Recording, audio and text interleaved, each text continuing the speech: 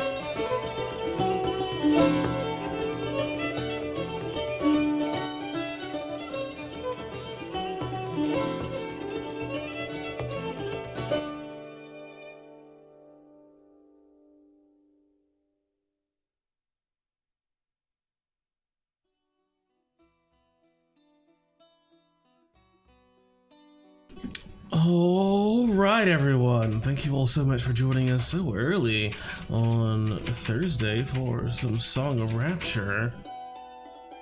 I sincerely appreciate you being here, and we want to go ahead and get right on into this episode 43 of Song of Rapture as we come off some downtime, and we have the whole cast with us today, and everything should hopefully go swimmingly. But I think there's some stuff we got to talk about first as we get into this.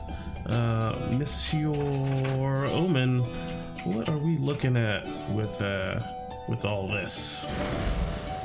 Well, when the party returned to Oakwell after their excursion into the island of Stroma and bringing an end to the Grey Bite Plague, they found that a couple things need to be clarified. Something that happened between the end of last session and the beginning of this one. The party realized that although they returned as the heroes of Oakwell once again, they were not the only ones who held this title currently. A triad of adventurers they'd come to know as acquaintances in their time in this town had also been on their own adventure, and in doing so, returned with the Mithril Chalice in hand, something the party had been seeking a couple months ago. And only now this other party seemed to be successful, and through their efforts, they earned the title of Heroes of Oakwell. But between that, with their successful efforts in returning Father Winter to the town of Oakwell and earning their weight in gold, a considerable fortune, Jody took her cut, happy to see the party return, their job successful, and after apparently doing some work of her own, pocketed quite a bit of gold that she was going to apply to the Fallen Horse. She offered the group essentially a 2-month break while the Fallen Horse would be under construction. The Steadhand brothers and the Stonehand brothers would actually get together and work on renovating the entirety of the tavern. So the party was sort of left to their own devices, at least for the next 2 months. As a question for you guys, what did you guys do during your downtime? Starting with, let's go with Clyde. Well, I know him. Clyde Arthur Thimble. What did Clyde Arthur Thimble do? That's right. Clyde Arthur Thimble went and talked to Father Ship at the Heartwood Sanctum. That's a fucked up Eminem. And had a bit of a conversation around religion and Sylvanus, the god of nature. A little bit about how to forgive oneself of the evil things that they could have done in the past. About not allowing their past to dictate who they are in the future. They got a nice little robe from Father Ship. And Clyde Arthur Thimble decided to embrace this new life and call himself just Clyde Arthur from this point on. He did things around the sanctum, helping, serving, learning more about the teachings, spending some time with Varga, spending some time with Métis and Persephone. He even helped Persephone build a bit of a path and a fence around Lacasta's garden and out to her shop, and a nice little sign that said herbalist and apothecary this way. And, well, as all of Clyde's friends left him alone in Oakwell, he decided to have a bit of a chat with the Steadhand brothers and Father Ship. And Clyde built himself a little tree house right in the Heartwood Sanctum to overlook the gardens, to overlook the forest, the grove, and really just become one with nature. And little beknownst to Persephone, he sent Métis along the way, and throughout her journeys, Clyde used a little bit of some keen insight and observed things through Métis' senses, keeping tabs on what Persephone was up to, making sure she didn't get in trouble, seeing that she was hanging out with those nature goblins, because not all goblins need to be killed. That's what Father Ship told me. And just kind of waiting for everybody to get back. Finally getting everything moved in and situated within the treehouse. That's really all that Clyde did during his downtime. Quite a spiritual adventure on Clyde's part. What about you, Luna? How did you spend your downtime? Luna didn't do terribly too much. As soon as the party returned to Oakwell, she feeling confident in her abilities and her emotional state, she decided that she was going to attempt to return to the shadowy mirror of Oakwell to try and speak with Logan Ottoman's father that was killed and try to get some more information about that. But as she did so, she realized that when she could do it at will before, it was no longer happening. And she tried everything. She tried using the pearl as some sort of anchor, and she was just unable to do so. So one day she decided that she was going to go try and do some ritualistic magic. She wasn't too versed on occult history, but she knew a little bit just from reading books. So she got some candles, some chalk, and tried to make like a makeshift Ouija board to try to connect to spirits from the other side. And in doing so, she connected with someone who said that they wanted to go home, and it turned out to be Pity. And if you remember, Pity was Marjorie's like little kind of doll cat that we met when we met her, and apparently the cat followed the party back from Marjorie's house to Oakwell. It was probably just hiding under Luna's bed the entire time they were in Stroma. And through this encounter, she discovered that Pity was like a spirit that was just possessing several objects. And through an agreement between them, Pity became Luna's kind of familiar. So after that, she left with Samantha to go to Candlekeep. What's it called? Candlekeep? I'm gonna call it Candlekeep. Candlekeep. And she mostly went there just to make sure Samantha got there and back alive.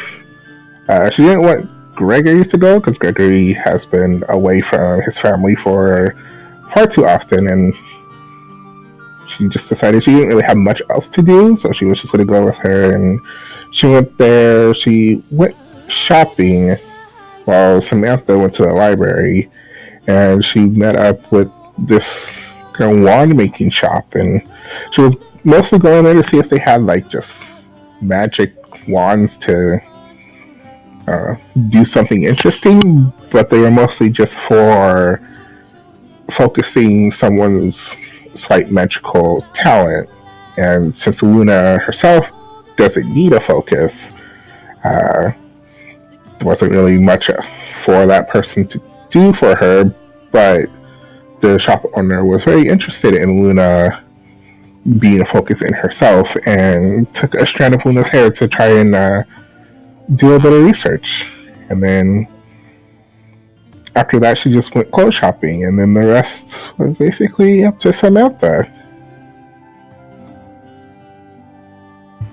Indeed, as you were not alone on this journey. Samantha, what did you do on your downtime? Dear diary. Gregory, what did you do in your Peter, what did you do in your downtime? Come on, Ouch. Johnny. On my bones.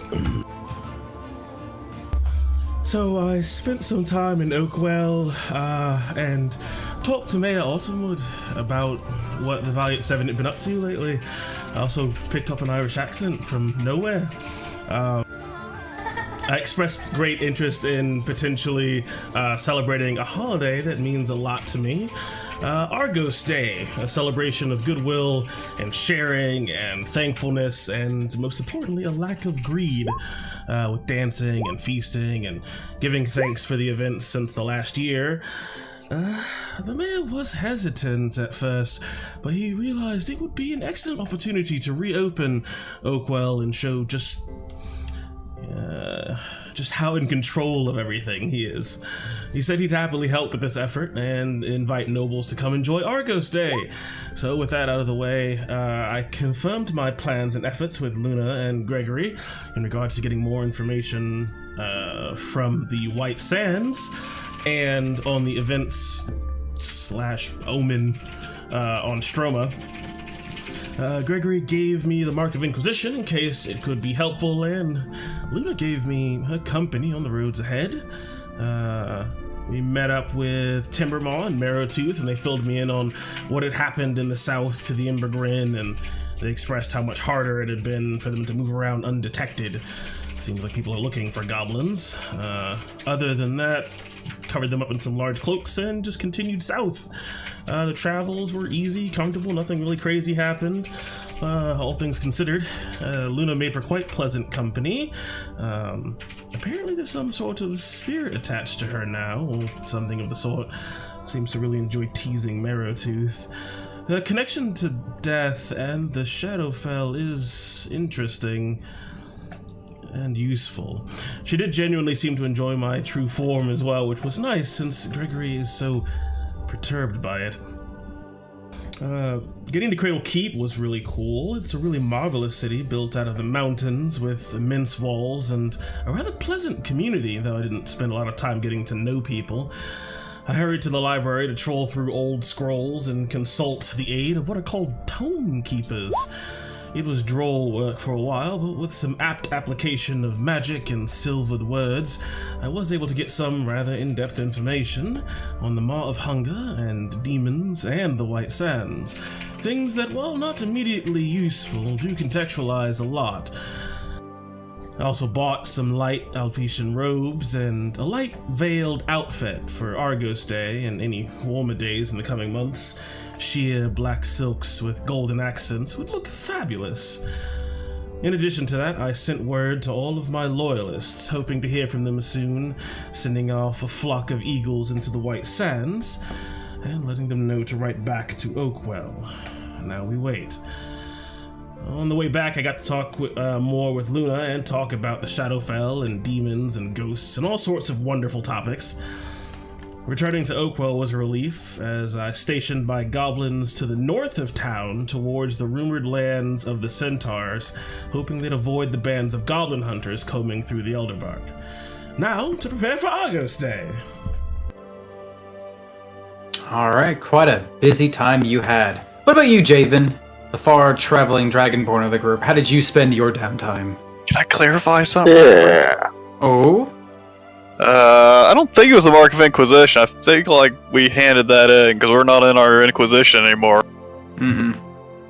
It was just a handwritten letter by Father Winter, just as a sort of a character witness letter, more than anything else. It had not held the weight as the Mark of... Yep. I would have given that cool character witness letter as part of my application, then, I guess. Knowing that. Alright, Javen, what did you do? Yeah.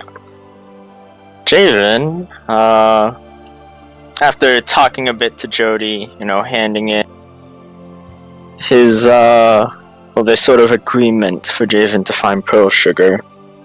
And hand it off to Jody. They sort of came to an agreement that Javen would take a little bit of his to see if he could turn a profit, and Jody would take the rest. This is sort of a gamble on Javen's part. Maybe he could turn a better profit, but he knows that Jody is much more cleaner in her acts, always making sure there's no loose ends, no sort of talkers. And she set off. Javen set off. As he headed up to Broken Ridge, taking in the sights, being alone in a very long time. Able to draw in the sights by himself, enjoying nature, but also coming across what seemed to be goblins. Is some sort of camps that goblins have been setting up to the north east, right? East is right. Yeah. To the east of the main road heading up to Broken Ridge, because Javen is not one to enjoy the swift travel of roads, but rather to walk through the plains, and that he did. He left them alone. They weren't hurting anyone, and They weren't actively trying to go after Javen, so no point in attacking them unprovoked. So he headed up to Broken Ridge and had a fun time carousing around, you know, enjoying the food, enjoying some peculiar drinks. I believe one was, I forgot their names, but one was one that used the sort of fire seed, one that you would crush and it would bloom fire in your hand, so though obviously you wouldn't want to be touching it. Dragon's Bite.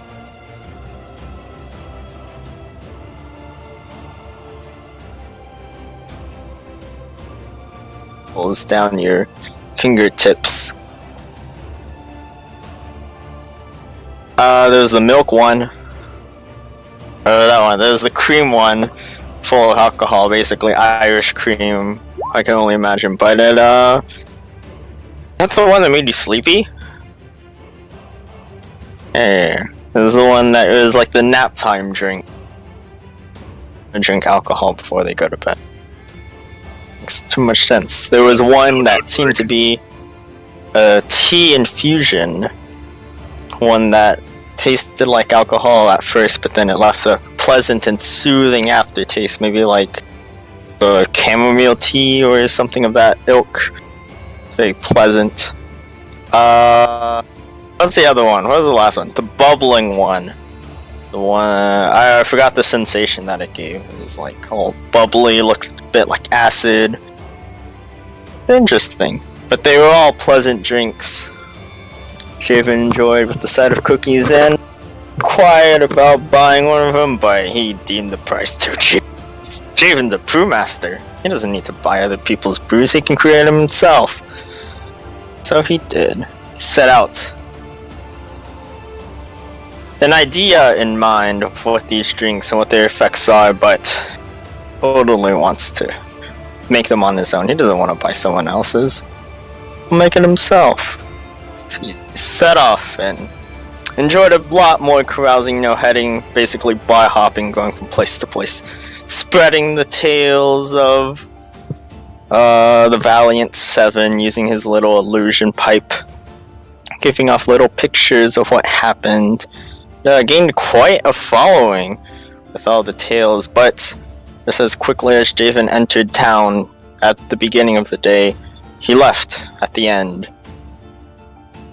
Only to be seen for the rest of Broken Ridge as he headed down on south to Crossways, where all roads lead to. He's caught wind from one of his friends, putting it lightly. It's more beneficial to him than it is to Javen, but they definitely have a mutual relationship of... Oh god, I cannot remember his name. Why didn't I write it down? Was it Griff? Griffith? His name is Grit? Gibbs the Rat. Close with the G. I know it started with the G, I just wasn't It sure. makes sense. Right. Javen probably doesn't remember his name. The Rat is a sort of reliable little gnome man. His not really his fence, but he knows that if Javen needs information, he knows that there's one person he can rely on. So he looked around Crossways, enjoying the sights for a bit, and finding Rat in a bit of a tussle between a couple of armed guards. Not guards, more like thugs, trying to extort something out of him, but was able to intervene, able to disarmingly drunk, able to walk up to them so that he could get into melee range. One of them pissing off one of them by literally pissing on his shoes, trying to provoke him. Tried to stab at Javen, but it's too smart for that. See, ducks down, stabs his buddy in the arm in a twist that the thugs weren't expecting, as in one hit with the back of his fist, feigning to catch a penny, knocks out the buddy that stabbed the guy, and then manages to knock out the other guy, with only one thug remaining, probably the leader, since he was the one holding Rat as he pulled out a sort of brass knuckles, but they seem to be spikes, elongated, being able to elongate, and probably not that fun to get hit by. Jaden was able to easily deflect his fist into the wall. Happens when you're a bad person by breaking his arm. Send a message. Poke an arm. Seems pretty good. So send him scurrying and checks up on Rat, who seems a little bit worse for wear, but he's alright. Jaden was able to intervene before anything too major happened, and they sort of head off back into safety as Rat sort of informed Javen what's happening. It seemed that some upstart guild decided to take control of one of the sections of Crossway, sort of creating a monopoly around it and then stifling everyone else. Even the informants that Rat was one of. Some information and divulged that he had a couple pounds of pearl sugar and he was willing to split 50-50 for his buddy Rat, who had no money and knew he had to get out of town, so willing to give Rat a bigger cut just to make sure he doesn't get caught out in Crossways again. Maybe he'll head up to Broken Ridge like Javen suggested. Hopefully. Javen still cares about Rat. So Javen headed out to his final destination before Oakwell Kingsrise, or whatever his name was. Skyreach? No, that's the mountains. Oh, up.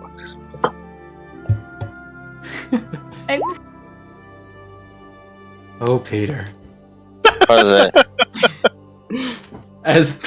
What is it called? As Javen found himself standing before the feet of the largest mountain in all of Mobia, this great and jagged rise into the sky and the cloud line itself, as he embarked on a many-day journey up this mountain known as the Vast Rise, and after many days, found himself standing within the citadel of Mobia, the highest point where any creature could ever stand and see the entirety of this long and flat land owned by humans, as Javen, once again, for the second time of his life, saw the city of Skyreach.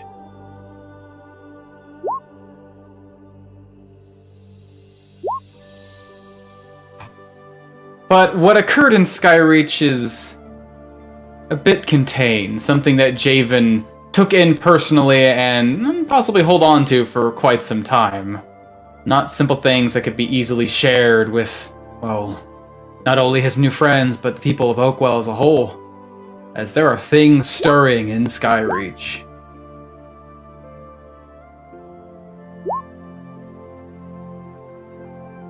But now we fall back to someone of a more simple nature, less traveled, more wholesome, a task man of Oakwell. Gregory, how did you spend your downtime? Well, when I got back, I first opened up my portal to Elysium, and went to see the gods. I became one of them. I actually was their champion, and then ruled over them, becoming the one true god, and then I destroyed the world.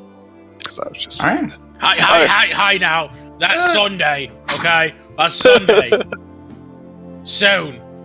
When Gregor was on his way back, talking a bit with Father Winter and the rest of the group as we trotted on back, that change in his personality when they were facing those things high up in the mountains of Stroma, those horrible, hideous things that almost didn't seem to make Greg bat an eye, started to come down from that feeling. Started to realize exactly what they had done, what they had accomplished, and now they're finally going home. And he started to somewhat reminisce about that time up the mountains, that it felt good. Greg's always been sort of a worrywart most of his life. He's always had people that he needed to care for and people he needed to worry about, and he knew that if anything happened to himself, other people would be in danger. So he didn't have so much of a crisis of faith, but more of a crisis of just direction. He wasn't quite sure exactly where he was supposed to go from here. Talked to Samantha about what she needed done, or sister is still out there in peril, that he doesn't really know how to help. You know that she's off in the desert somewhere to the south, but he's never been that far before, and he's not really sure what all this entails. He tried to help, but it seemed like her and Luna sort of had the research in hand. They were heading south, far south, to Cradle Keep to figure out what the next step was, and Greg was sort of left to wait. And that meant he was left with his thoughts, and his doubts, and his confusion, and his sort of lack of direction. So, thankfully, Clyde there, in somewhat of the same state, decided to go talk to people that knew better than them, wiser folk, people that have been around longer than they have, that might have some words of wisdom, and people that have guided Greg for the majority of his life up to this point. They went to go to the church, and like Clyde said, he talked to his man, and Gregory talked to his. Gregory was sort of there a little bit to be sort of a sponsor for Clyde, as it were, be a helping hand, making sure he has moral support as he got into all of this, as he knows that changing your beliefs, going to people and putting your faith in them is somewhat of a scary thing to start off, so he wanted to be there for Clyde, but it seemed like he took it like a fish to water, so he was pretty happy, but that didn't stop. Greg still wanted to have a conversation of his own with Father Winter. He expressed his concerns about feeling good in combat, feeling like that was what he was meant to do. And even the couple days that he's been back in town before this meeting, he kept thinking about that time, even when spending time with his siblings, that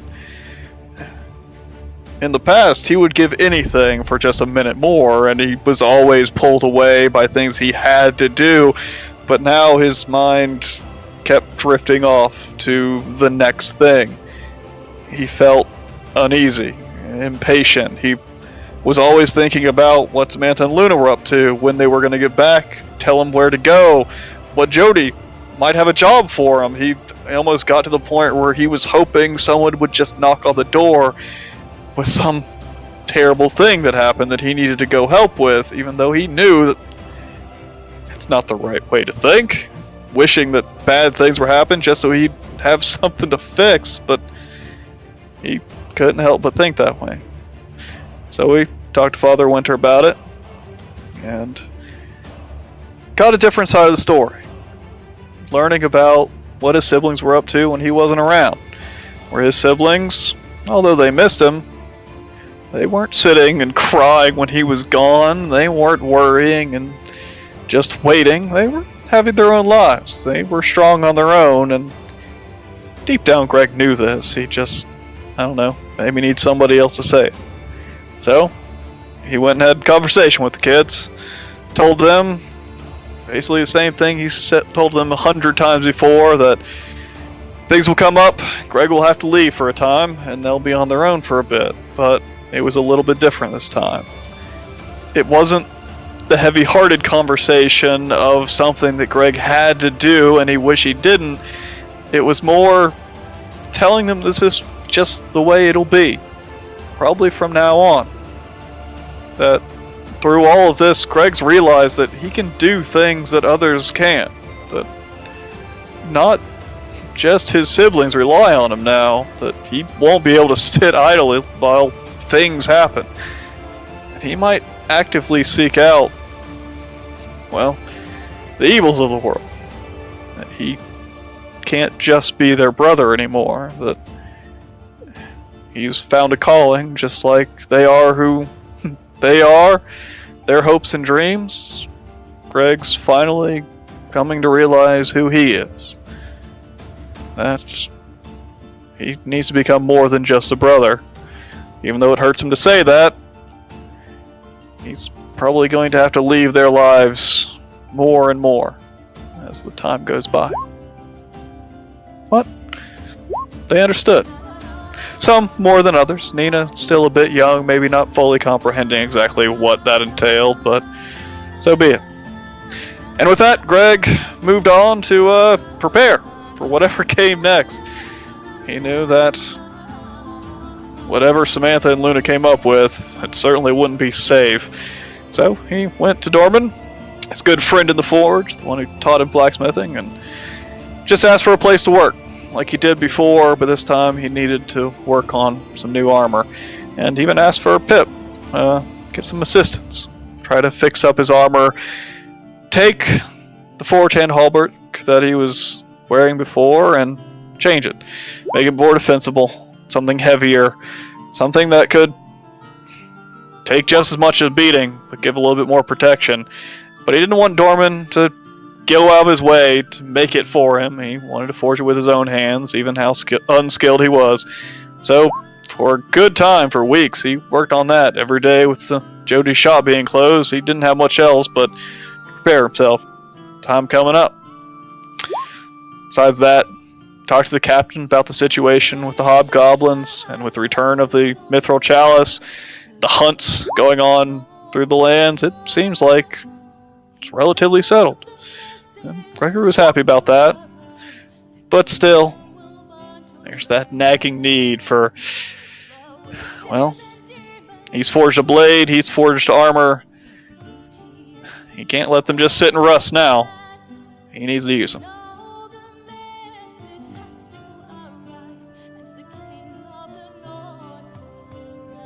I think that's it.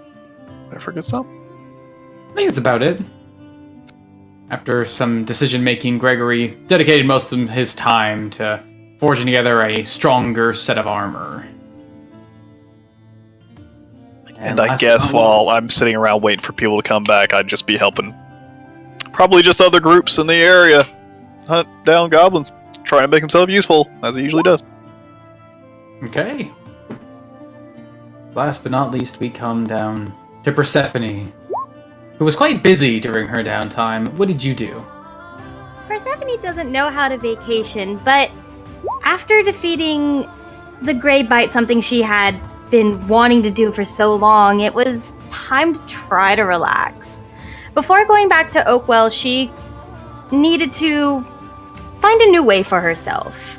Release this security blanket of hers that she's had. See, she had this boar hide that she's been wearing since she came to Oakwell that was a gift from her teacher, something that she considered a friend and as a source of protection when she traveled the forest alone. But with her new friends, the Valiant Seven, and now this newfound strength, she seems to not need this boar in the same way that it had been given to her. So she's repurposing him. She commissioned Binky and Bobble and Thistle to take his tusks and turn them into little figurines, one of a boar and one of a pixie. These two figurines, though a simple concept to Persephone, are meant to symbolize to her the connection she has to the natural world and to the world of Fae. She returned a book to Dr. Faust that she had borrowed that helped her with defeating the Grey Bite, and while visiting Dr. Faust, she learned something that he hadn't shared with the rest of the group. Though we heard from Ashay that there was this doctor in Mosten who supposedly was able to bring people back from the dead without the use of magic, no one explicitly pointed out who. Dr. Faust admitted to Persephone that it was him, and someone did die when Mosten was attacked by the Greybitten, but he would not say who, only that he brought this person back to life, and in doing so, it takes something from him. And he entrusted Persephone with a secret of what he's really trying to do in Mosten. Trying to do away with the unnecessary nature of death, and being sworn to this kind of secrecy, Persephone's hoping that maybe he doesn't succeed. This weighed heavily on her. After fighting this curse that did exactly that, bringing things back from the dead and not going so well, she's not entirely sure where she sits, knowing that there is another person actively trying to achieve this same goal, and what it could cause in the future. Back in Oakwell, she took the rest of Punji's hide, and she commissioned Barga to make a new herbalism pouch for her, and that way she'll have her boar friend still with her, but though not on her back. But the biggest things that she got done while in Oakwell was she reunited Peleus and Locasta, a very tearful event to people from Stroma who thought the rest of their island was dead due to Greybite. Knowing that people survived, and not just that, they were each other's friends. And as Persephone's last favor to Lacasta, she wanted to create a little pathway leading to her shop to get more customers in through the door and make her business a little more profitable. So she, with Clyde, was able to do that. And after spending some time in Oakwell, going on some more nature walks, foraging, and trying to really reconnect herself to what she loved so much, Persephone set out to Thistle. For two things. One, to check on Marjorie and to let her know that she hasn't been forgotten and to make sure that she's okay, but most of all to visit the Gloom Roots and meet with Tuchikawa, the guardian of the Elderbark Forest. Tuchikawa gave her a gift when she had last seen him as a thank you for saving the Gloom Roots and helping the Elderbark restore balance from the Black Fury goblins. She wanted to use it right. And Tuchikawa helped her open her eyes to the world around her, hearing the voices of nature, hearing that there is life, more so than what she had already knew. Originally, she had planned to be there for a little over a week, but that quickly turned into about a month before she bid the Elderbark farewell and its inhabitants adieu, and then went back towards Oakwell.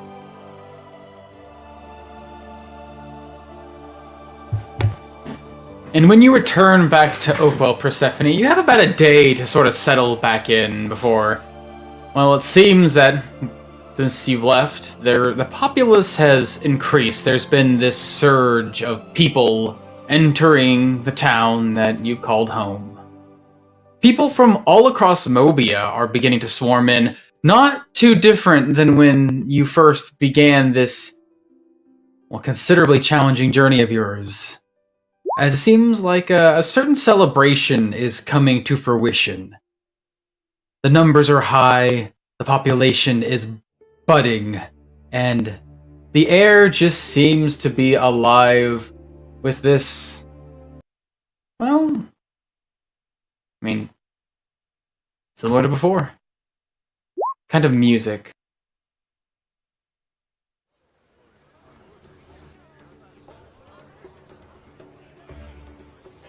As the day is Tuesday, August 14th. You guys have basically traveled and worked throughout the entirety of the summer, and it seems like you may have about a month left before the cold of autumn begins to reach in. And oh god, Jesus. And what better time to begin a wonderful festival? It's about early morning or so. All of you have basically spent the last night, in a run-down, dirtied, and decrepit fallen horse. But hold on now. Except for one of you I've who's got a tree house.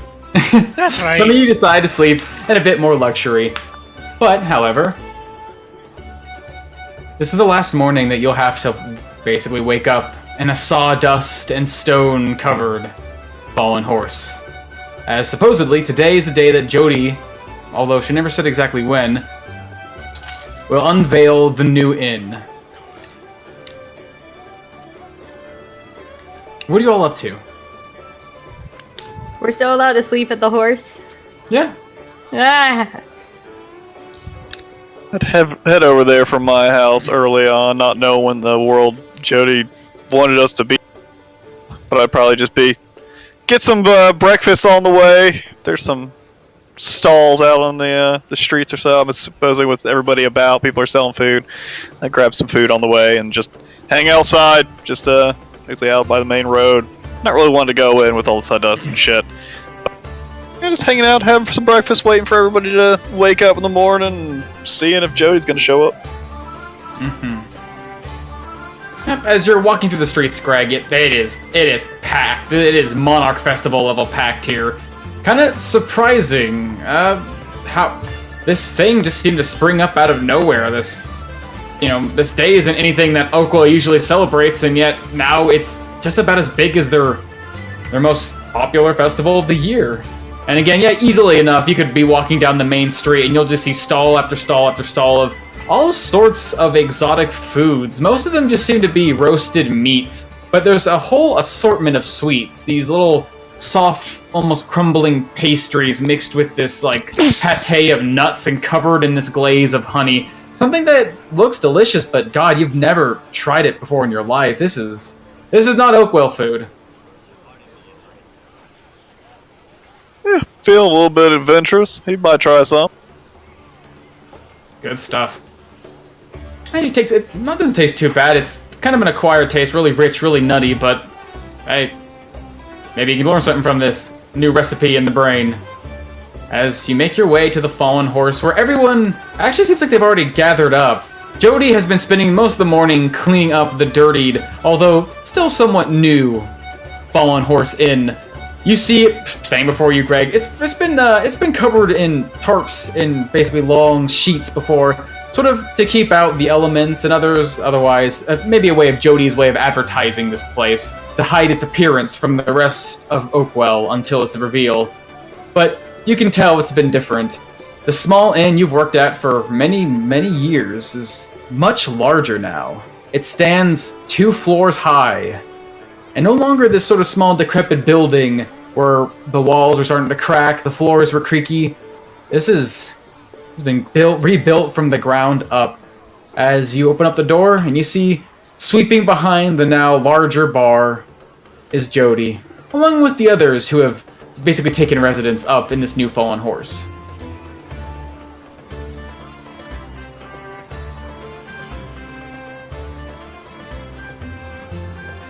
Look at this! Place yourselves where you are. Oh god, is there an upstairs or is that a downstairs? There is an upstairs. It leads up into a second level where there are apparently a dozen rooms. And in the back there is a cellar that leads down, where it seems like they actually now have a proper place to store Jody's goods. A courtesy of the Stonehand brothers. Sort of open up the door with my elbow. Jody! Oh yeah, he is. Am I good to come inside? Is everything open? Just come in. Come in, Greg. Just don't invite anyone in yet. It's not the right time. As you see her just frantically sweeping the floor, piles of sawdust forming in the corners of this room. Right. I come in. Oh, hell, Clyde! Were you right behind me the whole damn time? Well, I'm sneaky. Jody, you got like a bucket of water? Yes, I do. As she goes to the back, putting her broom against the countertop and grabbing looks like a sizable bucket of water just to offer to you. What exactly do you need? No, I had some of that stall food and I'm sort of sticky, so. Alright then, here, hands it over. Just don't Appreciate it. Don't you just... I would trust a pile of whatever Jody was sweeping and just use prestidigitation to just get rid of it. No, I have magic, Jody, alright? Yes, listen. I understand you all have your magic, and your magic comes with its tricks, but there's nothing wrong with a little elbow grease. Get into the cracks and crevices. I know you're somewhat against cleaning and physical labor. There are more things you can clean with a hand than just mere magic. As she goes around, Jody, looks do you like need any everything. help? She looks at you, Clyde, looking up and down. How dirty are you? You've been sleeping in a tree. What? I'm How dirty are you, clean. Clyde? What? I'm Well, for clean. cleanliness. He bathed himself. Licking himself You out. did. Fine, pick up a broom. Pick up a broom. Stop sweeping. Hey, you finally back? Yeah, me and Samantha came in last night. I don't know where Samantha is. It kind of feel like it's been damn ever since you guys left. Everything go alright? Did you miss me? I didn't miss you. It's okay. Alright. No, Been hurt, that's nothing fine. happened. Persephone's just kind of like, not really running around, just going around the new tavern, just admiring it. There's so much space now. Look at those tables; are so nice. Persephone. Huh? Persephone. What? You want to see all the sights in this inn? You want to see every new thing in this place? Jesus Christ. I run up to the counter like really, really fast. Sounds amazing. It's like, yes! Good, and she hands you a broom. See every sight. What? But see it clean. Persephone, she wants you to sweep. Oh. Luna, I go back to running around, but taking the broom. I go back to running around the tavern, taking the broom with me, but it's dragging on the ground, so it's technically sweeping. And essentially, it's not the most elegant form, but you are picking up the dust as you run around, letting these bristles dance across the hardwood floors, sort of making a bit of a mess along the way, but mostly cleaning wherever you go. Luna, you got to tell us everything you got up to. You went to Cradle Cave. Wait, where's Samantha? Yes, what is Samantha? I thought she got up already. This is the window. It's a window. With actual glass. Ah, Not just a hole in the wall. Well, as Persephone's running around, she stops by this window and she sees... Hey, Samantha? And I press my face against the glass and I watch her. You pig up your nose and fog the glass. Samantha, what are you doing? Yeah, you would see me practicing dancing. And as you kind of come up to the glass and stick your face up against it, you kind of see me just whip around in this sort of silken outfit that does not seem to cover a whole lot of her. And she sees you, and you like lock eyes for a moment, and then you blink, and she's just gone. I turn around to like tell her, hey guys, I see Samantha, she's out there. Wait, where'd she go? Yeah, but Samantha just vanishes in a turn of your head. She just in the backyard. She was, and she's not there anymore. She must Clearly, be you back can't to keep track of people. Have any of you seen Javen? I don't recall seeing him returning to town yet. I haven't seen him since the day we got back. Maybe he fell asleep in a ditch. He was drunkenness. That wouldn't surprise me. Alright then. I just thought he was on his way again. Was he gonna be sticking around? I can only assume so. He left with a task at hand, and I'm hoping to see him return so we can complete what we started. Oh, there you are. Samantha. Ah. Or are you still invisible? Is she still invisible? She's invisible. She's still invisible. I mean, it only lasts a minute, so. Yeah. Leave they left their bottles on the table.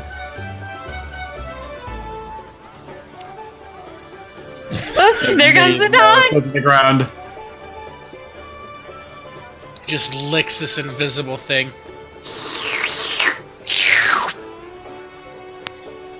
Tail's just wagging.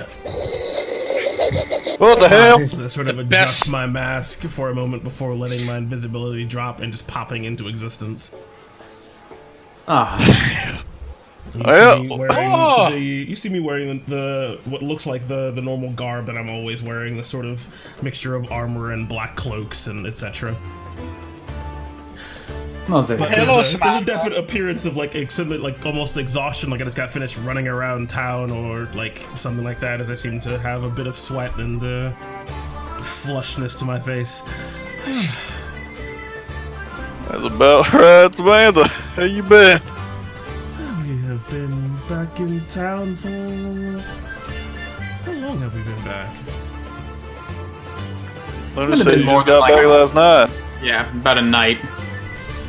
Just got back last night. Everyone seems to really be feeling the spirit of Argos Day, which is marvelous. Have you tried some of the sweets? They are so tasty. I actually just had some on the way. Y'all know why all this? It ain't usually like that. Persephone points to Samantha. She said it's Arcos Day. Well, yeah, I mean, I know that, but we don't usually celebrate all that much out here. Jody, You know you what Argos heard Day anything? is? Clyde? No. Yeah. What's Argos Day?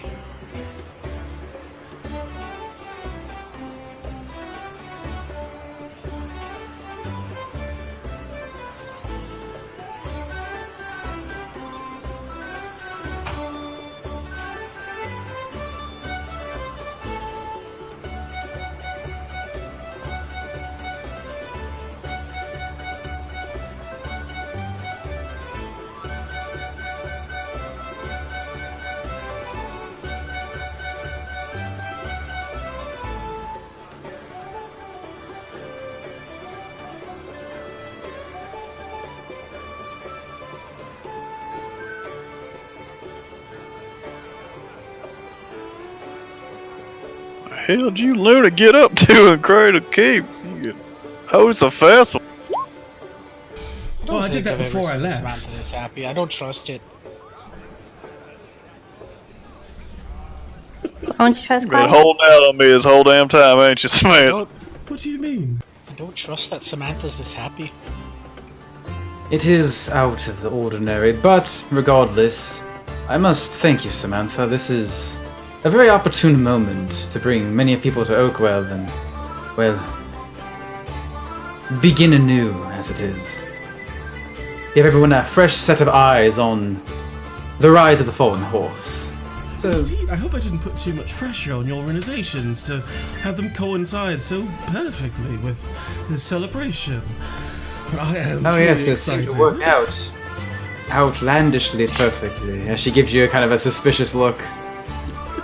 But, nonetheless, I've been told, Samantha, that yes, you did have a part to play in this, and the mayor made notice that you had intentions on something of a performance.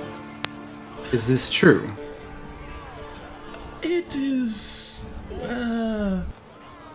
She just seems to kind of like scratch at the top of her head. It is something I was hoping to do. Is that what you're doing in the back?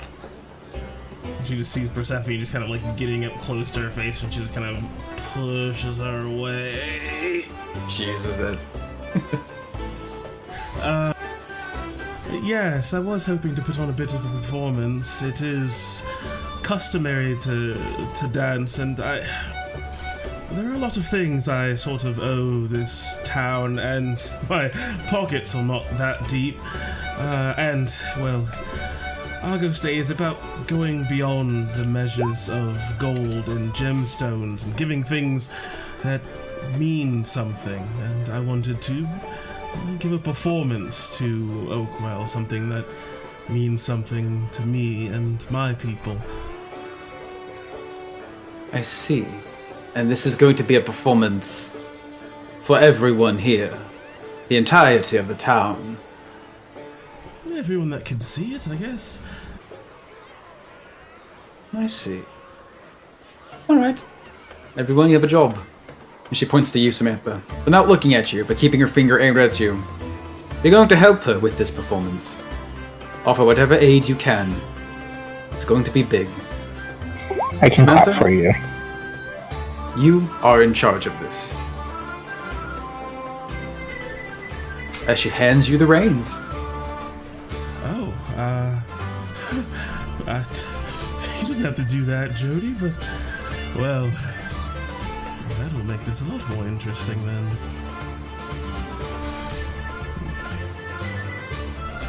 Persephone. Yeah. I'm going to need a bonfire. Can you arrange that? I'm sure I can arrange that. I'm sure I can make that work. I can make a fire. I can make the biggest fire. I can make fires. And Clyde, can you help her gather wood for this? Of course. Like, how big are we talking? As big as the one that I set on the boat? Or bigger? Smaller than that. Oh, okay. Like, perhaps a good 15 feet by 15 feet. Where are we setting it up? Jody, where should I set it up? Should you want it perhaps in front of the store, or do you want to do something else? Or the inn, rather. There's a perfect place in town if you require, I'm assuming, something of a platform or a stage. I'm sure with your influence, able to spring a celebration on the entirety of Oakwell in such short time, perhaps you could host it in front of the Watchman's Post. It is easily the largest area where the most number of people can gather to witness anything. Is why Bea and her dogs are always barking orders and instructions in front of that place. I wonder if it would be safe to put a bonfire on top of that. On top of it? Wait, on top of a building? Made of wood? Perhaps just behind it then. Let me think. What can I use? Luna, you are quite persuasive. Can you make sure that a lot of people come to the performance? This is a big town and there's a lot of things going on. I don't know you had to worry about that. I just came from out there. That people crowding the streets all over the damn. On top of that, I'm pretty sure Gregory would probably be better at doing that. He knows most of the people here. This is true.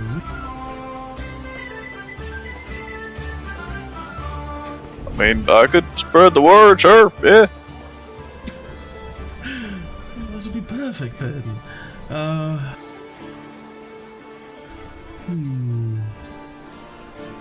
Can any of you play instruments?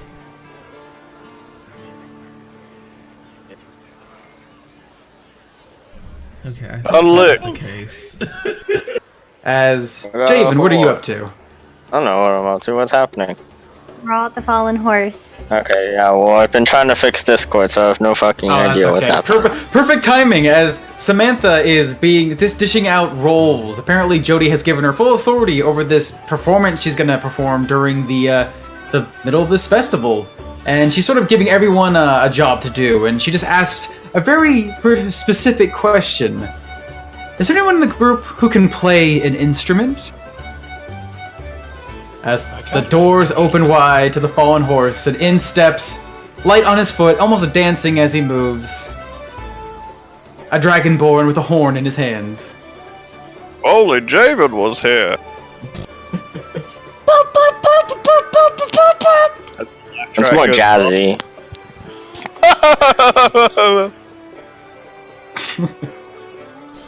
Oh, it's Draven! Howdy, Javen. No, I'm just dying now. Ow! Oh no, Javen, you're dying! At the door! Why did this happen to me? Well, better late than never, I suppose. As you see Javen walk in, just sort of happy in his step, holding this long and protruding horn stuck to the end of his muzzle, just sort of playing it, just sort of off, not quite off key, but just sort of freestyling it, as he makes sense with his sort of free spirit attitude. Javen. You can play a horn, but I don't know if that lines up with what it is I had in mind. Wait, did we get permission from the mayor to put a bonfire in the middle of the city? Oh, we should probably ask if it's okay. Yeah, I'm sure it's fine. What's that? You have to ask. There's people in charge for a reason, Luna. He has to at least know it's happening. Otherwise, they might think it's another attack. You know, just a giant bonfire starting in the middle of nowhere with no warning in front of the Watchman's Post during a festival. If I were to offer some see advice, us bring in that much wood. if I were to offer some words of advice, I would not bother the Lord Autumnwood today. I feel he has much on his plate already. But if you were to ask for any permission, I'm certain, well, you'd have to run it by Bea. It would be in front of her watch. Oh, That's true. that's That fine. makes She sense. loves me. She loves And me. if you Yeah, were that's to, okay, I'll do it, Clyde. I would advise. Oh, I would also advise really laying into the fact that Samantha is given permission for this performance. Bea's hand may feel twisted. Yeah, Luna, you might want to tell that we gonna need some guards to...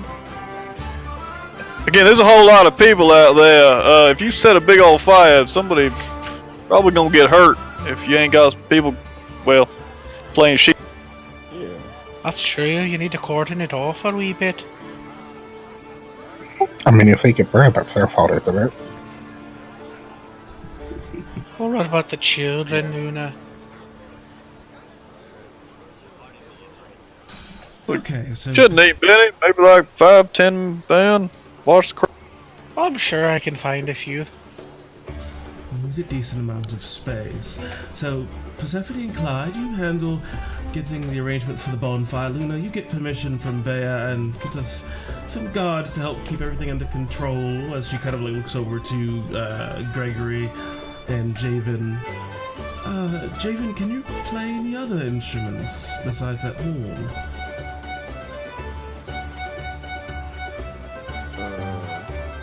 I prefer. That's as quiet as I've ever heard you, my friend. You have a... He's speaking to his feeling in your horn. throat. Yeah, he does. We get real close. Oof. There you go. Poor Peter. Yeah, I know. We've resorted to using the phone. Ruh-roh. Turn me up, because this is gonna be real. Yeah. David's just really tired. I just gave up Yeah. on using the computer Discord. I'm like, nope, this is not happening.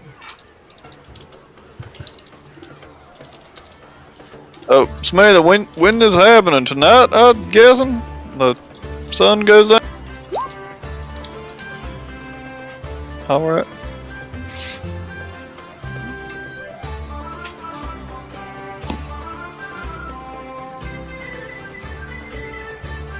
Oh, alright. Is this an adult shindig? Starting at 9?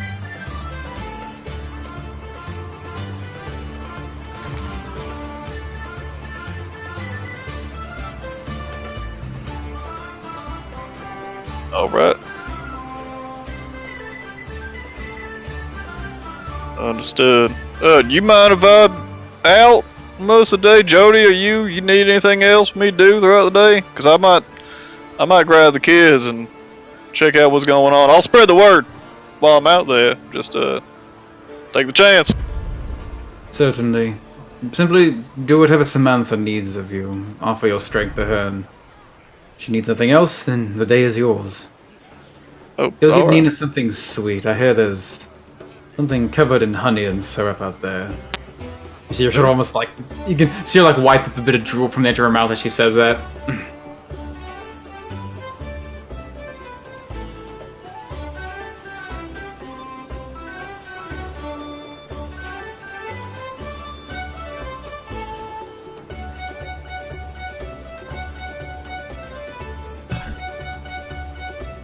Well, is there anything else you need throughout the day? Is just spreading the word good enough?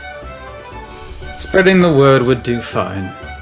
Yes, I'd kind of planned to handle a fair amount of it myself. You know, self-reliant I am for the most part. But if I think of something, I'll be sure to find you. You're hard to miss. Yeah, I'll be somewhere around the main square. I ain't gonna go far. Hey, Samantha, good to see you in such high spirits.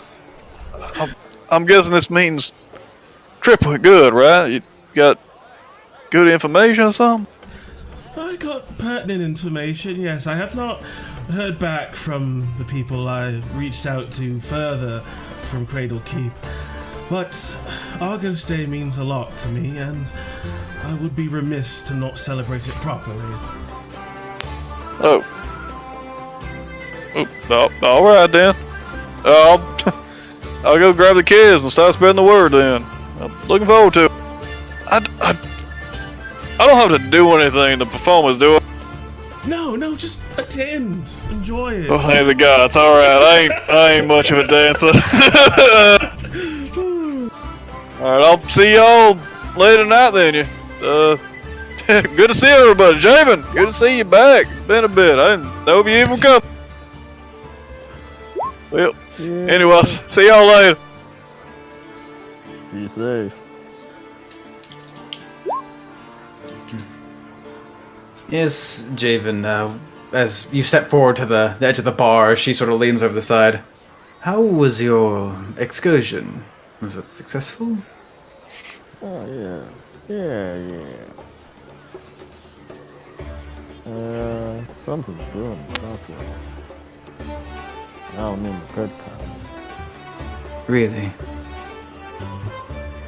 Friend of a friend told me about some sort of kid. He seem to have a pretty heavy hand in locking down their district.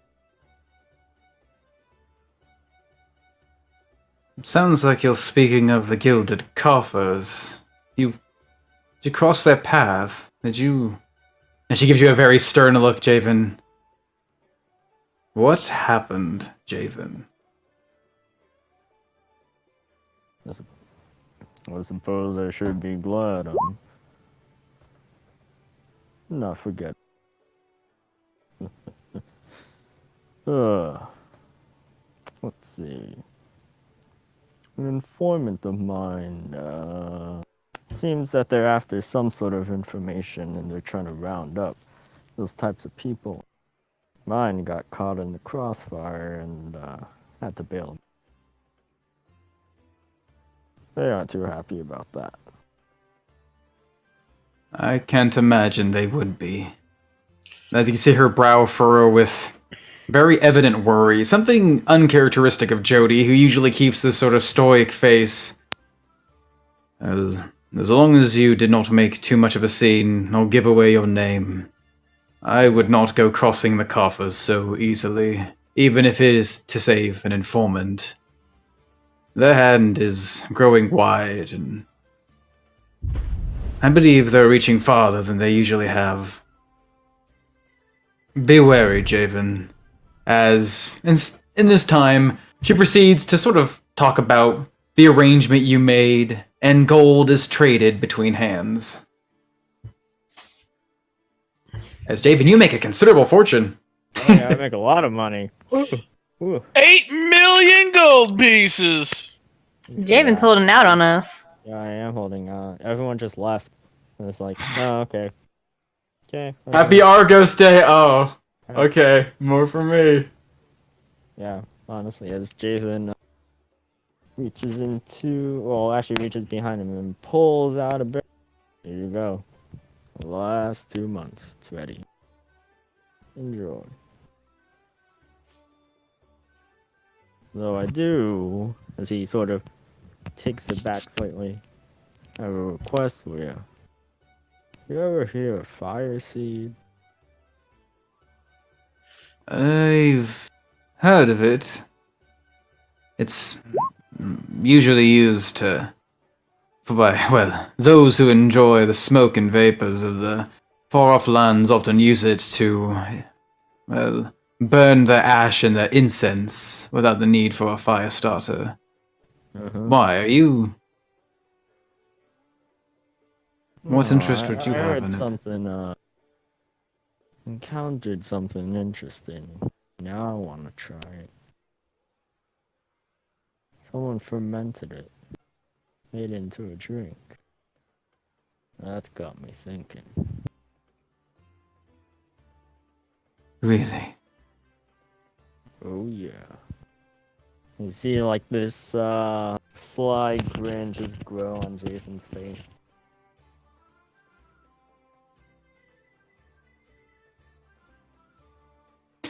I'll keep that in mind.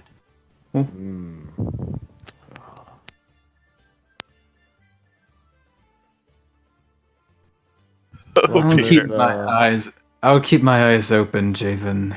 If I do come across some, I'm certain you would be willing to lend your expertise in the art of brewing. Wanted to see if we could achieve such a thing. I don't know. Yeah. I never imagined it would be something delectable, but if it were praised in such a catch place, attention. yes, it would.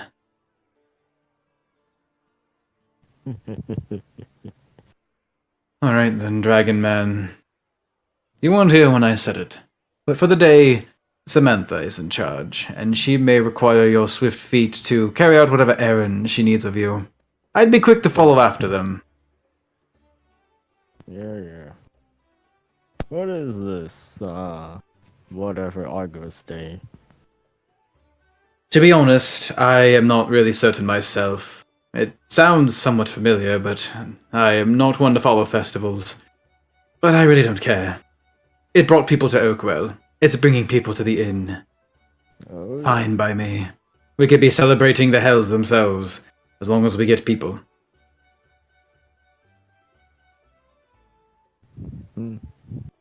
I'll be sure to enjoy the festivities too.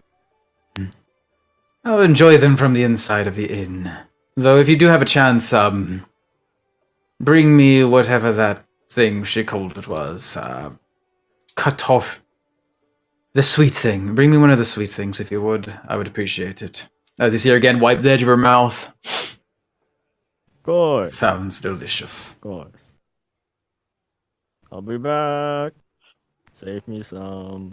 He sort of points over the counter while her body's on. Alright.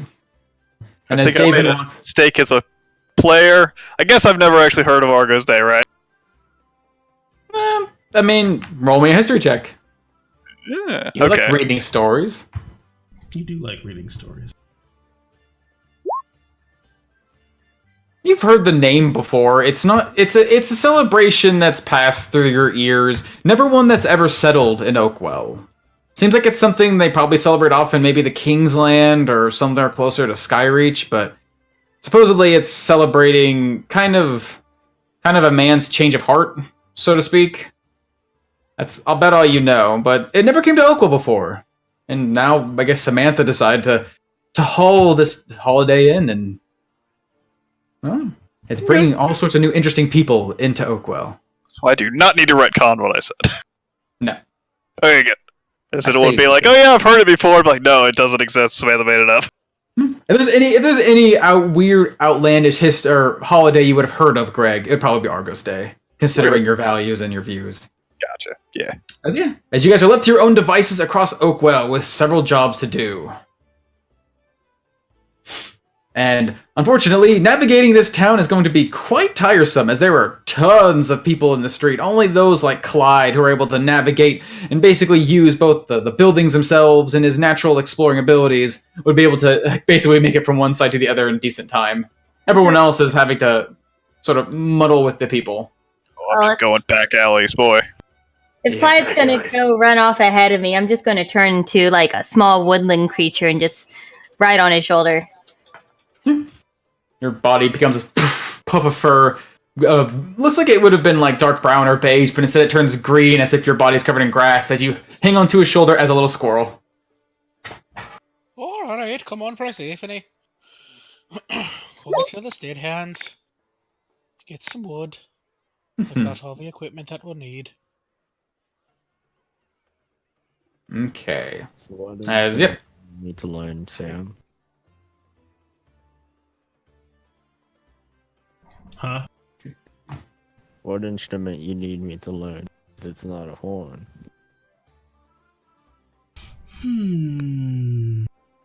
She just seems to like kind of chew on some roasted pork.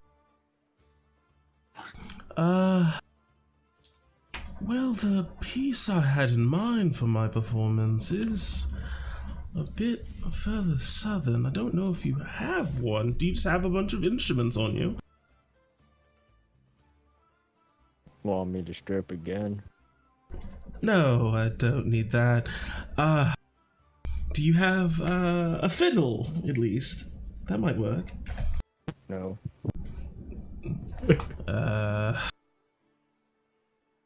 And he just like looks around on his body, trying to find the fiddle that he would keep concealed.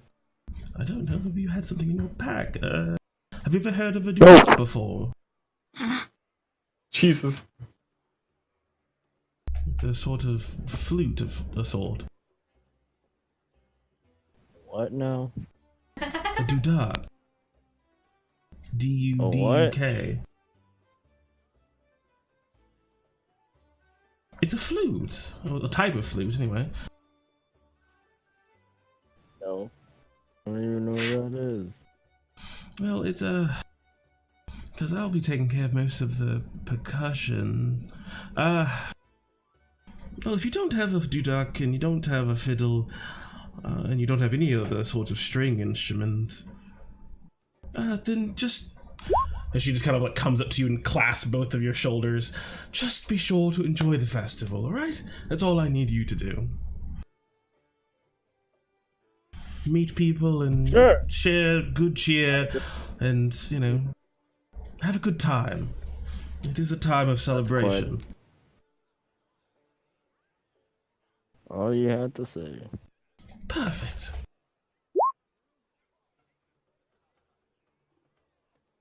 So, anything else? I'm sure I could buy like a fiddle somewhere around here. If you think you can get one, then sure. I don't.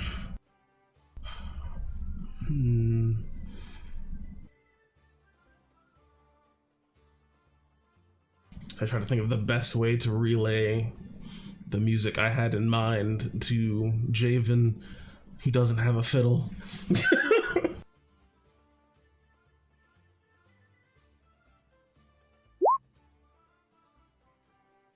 Well, see if you can find one. I'll be over by the Watchman's Post, alright?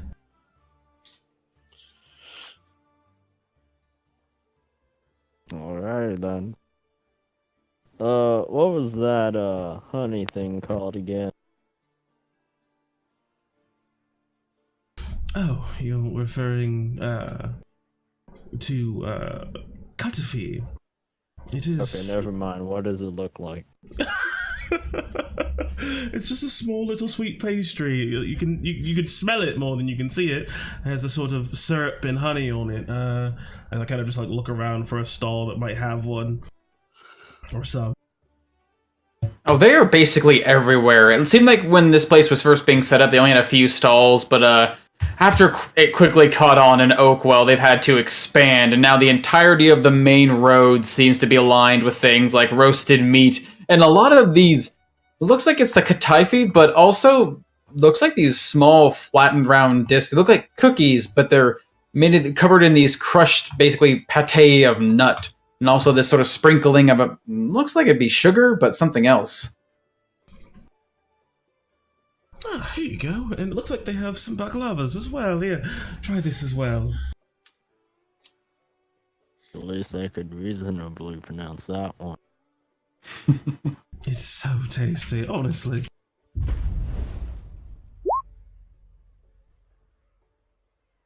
Okay. Sure, Steven indulges in himself and parties again. Party. Man, the party never ends for Javen. Okay. Javen does what he did in Broken Ridge, and you know, bar hop, get some food, tell a bit of his stories of the magnificence. Use his pipe, perhaps. Bar hopping place to place, maybe Rooster's Crown, head to the Big Trout. It's going everywhere now.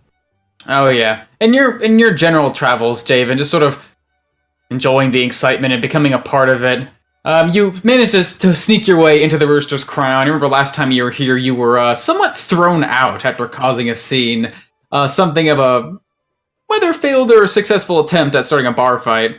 There's so many people in here that you sort of blend in with the crowd, and just everyone just seems to be having a good time. A lot of the food that's sort of invaded the normal palate of Oakwell has taken over in these shops. As you see, it looks like a lot of Ava's workers have been trying to fix their own versions of these dishes in more elegant looking plating. And they're serving them out at a similar price. You sort of just enjoy it. It seems like drafts are just being handed around for everyone who enters the store. You go to the Big Trout, it's sort of the same thing, only everything's bigger. You have a baklava the size of your head, although it's, quality is something less than desirable. It seems like they just went for the more of the larger and exciting and flashy than the actual flavor. But yeah, you spread word of good tidings, and maybe hum some things of the rise of the fallen horse to some people. And it definitely seems to catch some attention.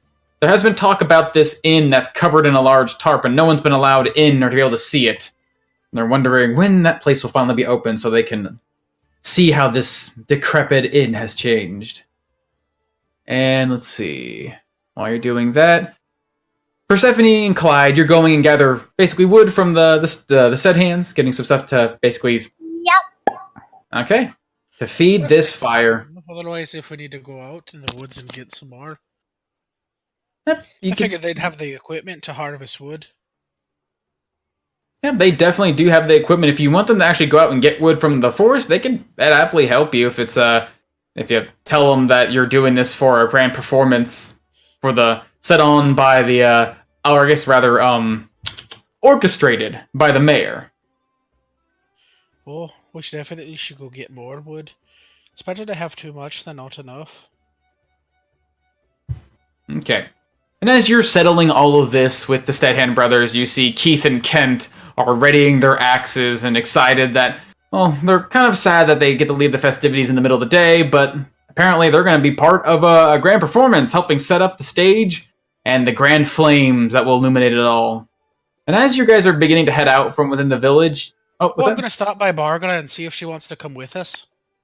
Does it go out and get firewood? Yeah. Yeah, she'd be willing. It seems like she's had her hands full all day. People who are coming into town are requesting copious amounts of pork and pig, and she's been able, just in time, thanks to the mayor's forewarning, to stock up on such supplies. But you can see, as you come in, she is like working like a dog, like taking entire pigs, slamming them down on the slab, pulling out her cleaver, and just chopping these things up to pieces. Her hands and her apron are just covered in blood, as some of her face is speckled with it too. She's pretty tired looking, but Well, hello, beautiful. hey there, Clyde. Oh, sorry, you caught me. I'm not really looking beautiful today. As she wipes her forehead and this smear of red comes across her skin. Nonsense, you look great. Well, it looks like you're really busy, but I'm going out to the woods to get some wood. Do you need anything? Honestly, I could just use a break. I think I'm well enough caught up as she puts the cleaver down at the table. You can feel the whole thing shake as she just drops it. Mind if I go with you? Sure, I haven't been on a walk with you in a little while.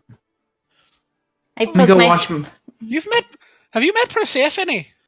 as the little squirrel like hops down from Clyde's shoulder, and I turn to a half elvish girl. Oh, you have a little pet. Oh my. Hi, Barga. Oh no, that's Hi. Persephone.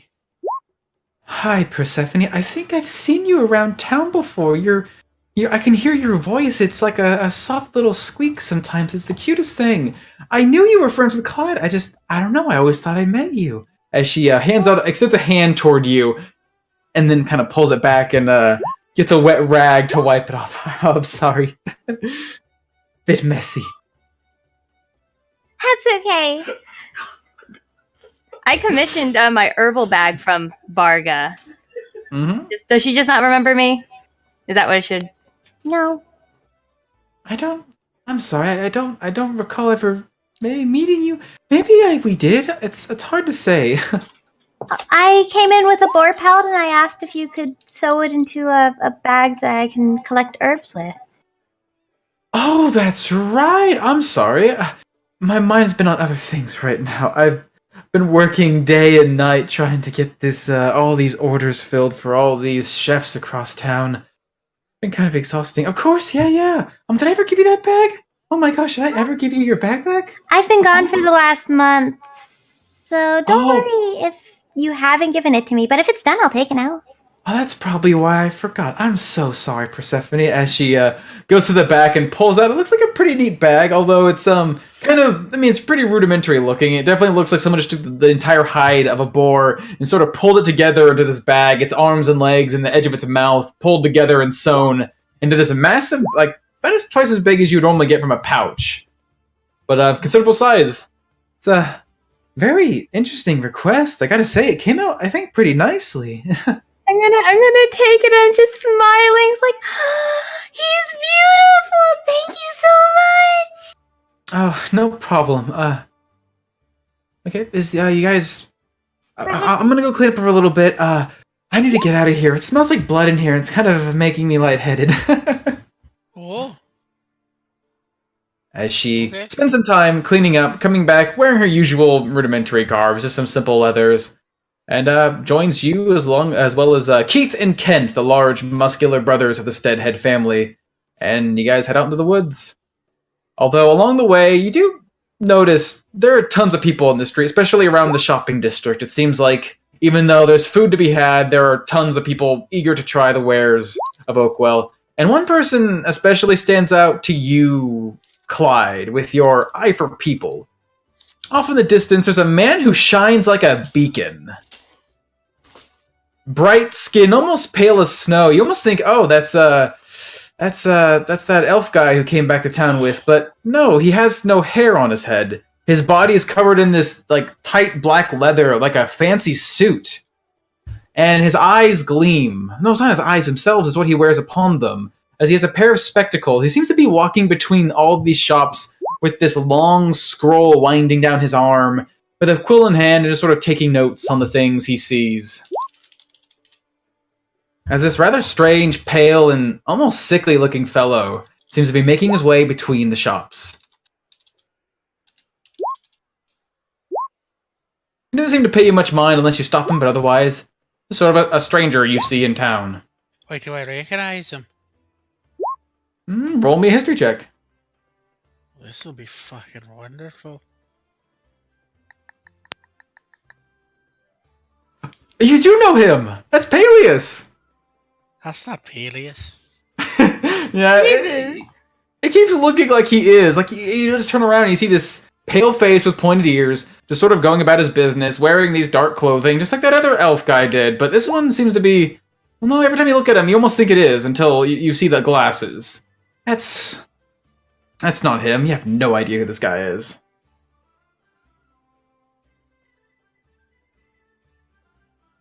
Do I notice him or just Clyde? I'd say Clyde. Clyde seems to have this way of tracking and perceiving people. Something about the way he's able to find their weaknesses and point them out. Almost has a bit of advantage when he's looking for these things. Maybe not even when he's not. But otherwise, that's sort of the only thing that stands out among the sea of new faces. But eventually, as you guys continue your path, he seems to vanish back into the crowd. And you guys go on your way into the forest, out to go get some wood. As Luna and Samantha, you're making your way toward the center of town. It seems like you could see lots of people bustling here. You see this large open space where, well, time and time again, you've had these meetings where usually the mayor has something of a platform set up and he comes up and talks, or Bea talks, or last time it was Father Winter and Locasta. And now you do see that stand, well, again there, but nobody's upon it. There's no guards guarding it. It seems like it's just sort of been raised. Possibly for you? And you can see, working behind the scenes, standing in front of the watchman's post, you see Bea talking to a few guards, as well as a familiar face, Samantha. A man who wears his robes close to his body, his face sort of sunken and sullen. And around his neck, you can see a very, very high collar to hide his relatively gruesome and not very nice to look at scar. As you see Stannis conversating with the captain of the guard.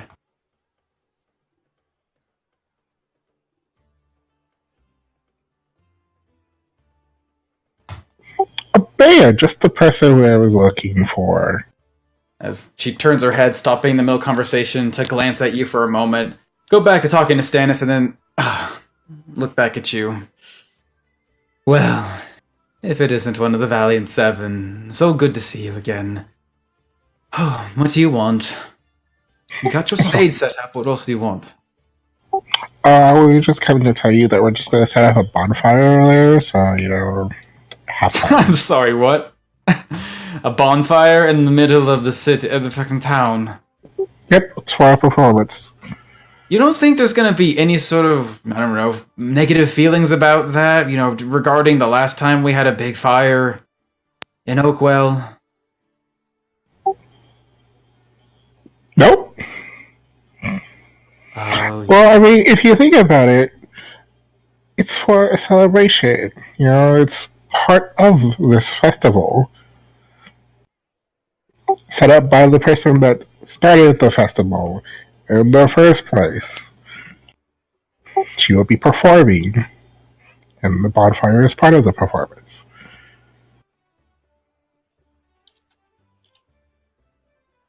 You see her just shaking her head and holding her temples. And as you approach, you see Stannis, who's been sort of sitting by, sort of passively, look to you, Samantha, his brows sort of raised, and he just gives you like a slight subtle nod. Samantha. Bea, it is so good to see you both. How are you doing? Are you enjoying the festival? And you see both of them share an expression for a moment, their brows raised, sort of reeling back for a moment. Bay is sort of the first to speak. Yeah, there's lots of people in town. That's good for business. So Luna here is saying you're gonna start a fire in the middle of our town? Yeah, I'm kind of against that.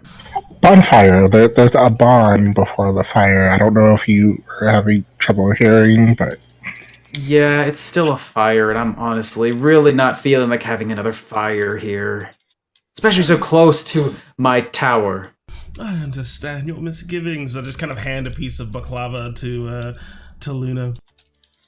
It is something to be concerned about, but do not worry. I have Persephone, someone who's quite talented in nature magic and controlling things like fire.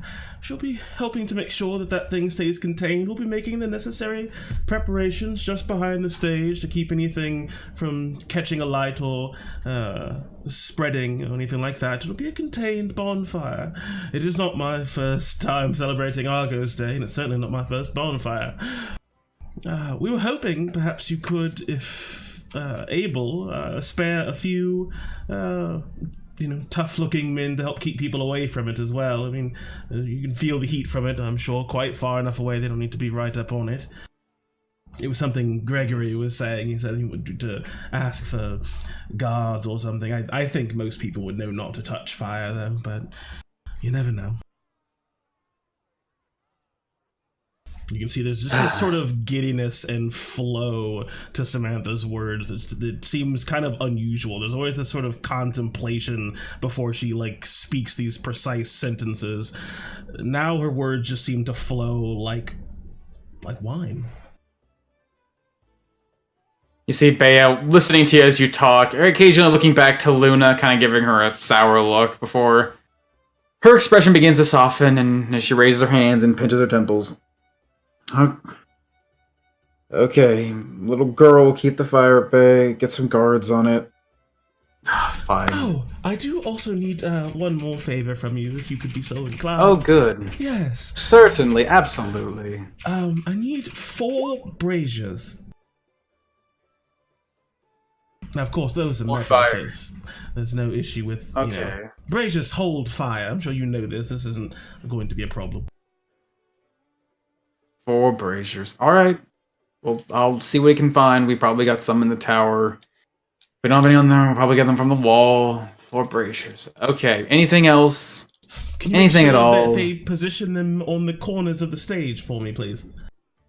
Oh, on the corners, like the very edge of the corners? Right in the center of the very corners?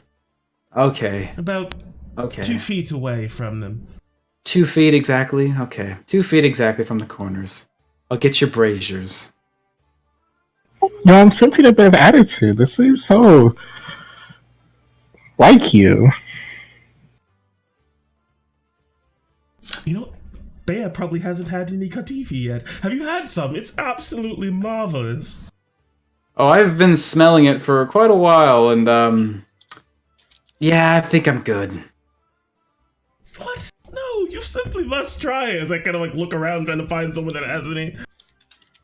There's lots of people walking around just enjoying the food. Some of them walking around holding it in their hands, others having little plates and stuff. But other than that, she just sort of That's always food. As she just, I'm good. Thank you. Oh, it is really good. I just polish off the rest of the baklava that I was bringing with me. Did you like it, Luna? It's good, isn't it? I don't know what this thing is. You don't know what baklava is? No. Wow, you uncultured Oh, swine. honey. Especially baklava, whatever that It is. is delicious. But is it? What, I thought he was saying black lava. No, baklava. Baklava. Oh, baklava. Yeah, baklava. The right way to pronounce it. Yeah. Black Yep. lava. Black Playing lava. the balaclava. Baklava. It's a dessert that looks like a meat pie. So Wait, but weird. It's delicious because it's flaky, but it also has honey in it, so it's Oh, sweet. Like a so but good. pastry. And usually has some pistachio in it. Too. Yeah, I'm so not a good. fan. I love balak. So fucking good. I love balak. I love eating wool. I just love. Love eating black wool lava. Okay. Yep, and as Bea sort of sighs, resigns, she turns back to Stannis. Well, I'll leave him to you and Logan for the time being, but please keep his tongue in his mouth. He might say something to the wrong person, cause a fight, and you know how it gets. She just turns and calls some guards in to follow her after the tower. Oh, someone might start a fight. Do you need the Valiant Seven to, or are you gonna just walk away? Okay. Stannis, As what is she Stannis- so concerned about? Well, I did not simply come here to celebrate this. Argos Day! Yes, strangely enough, never thought I'd see this in Oakwell. No, I'm here to accompany Lord Autumnwood on his travel. Is he leaving? I'm sorry, the other Lord Autumnwood. Oh, the one I'm from sure. Broken I'm Ridge. sure Logan. Yes, I'm sure Logan's brought up Vincent. Indeed. I am his ward. He is something of a handful at times. Often will speak his mind quite harshly. There are often repercussions, and he wields his power with heavy sway in his hand. Usually those who dare cross him, they don't have any more business in this town. I would advise keeping a careful distance from Vincent if you're to find him, which may mean keeping distant from the mayor, as he's tagging along with his brother today. I'm simply here to ensure everyone's aware of the situation and keeping a careful step. Is he in town? I simply must meet him. I would not advise that. I know you have your way, Samantha, but he is still young, and he is holding great power in his hand that he is not afraid to throw out with less than desirable caution and control. You make him sound like a monster. He's simply a noble. And you know I always do well with nobles. You certainly have your way. I would like to speak if we could at some time, perhaps tonight or maybe the morning following after, depending on how heavy these festivities go on. Oh, it is going to go long into the night and be quite heavy. So, I will certainly try to make time for you, but we shall see. The morning may be best, yes. Well, I will leave you to your work. I must return to the Autumnwood Manor. It really was good seeing you again, Samantha Deus. It was good to see you as well, Stannis. I hope you enjoy Argos Day. He seems to give you sort of an odd look, but then just sort of concedes to it and vanishes off into the crowd. Huh. Your relationship seems to be swell after you almost killed him.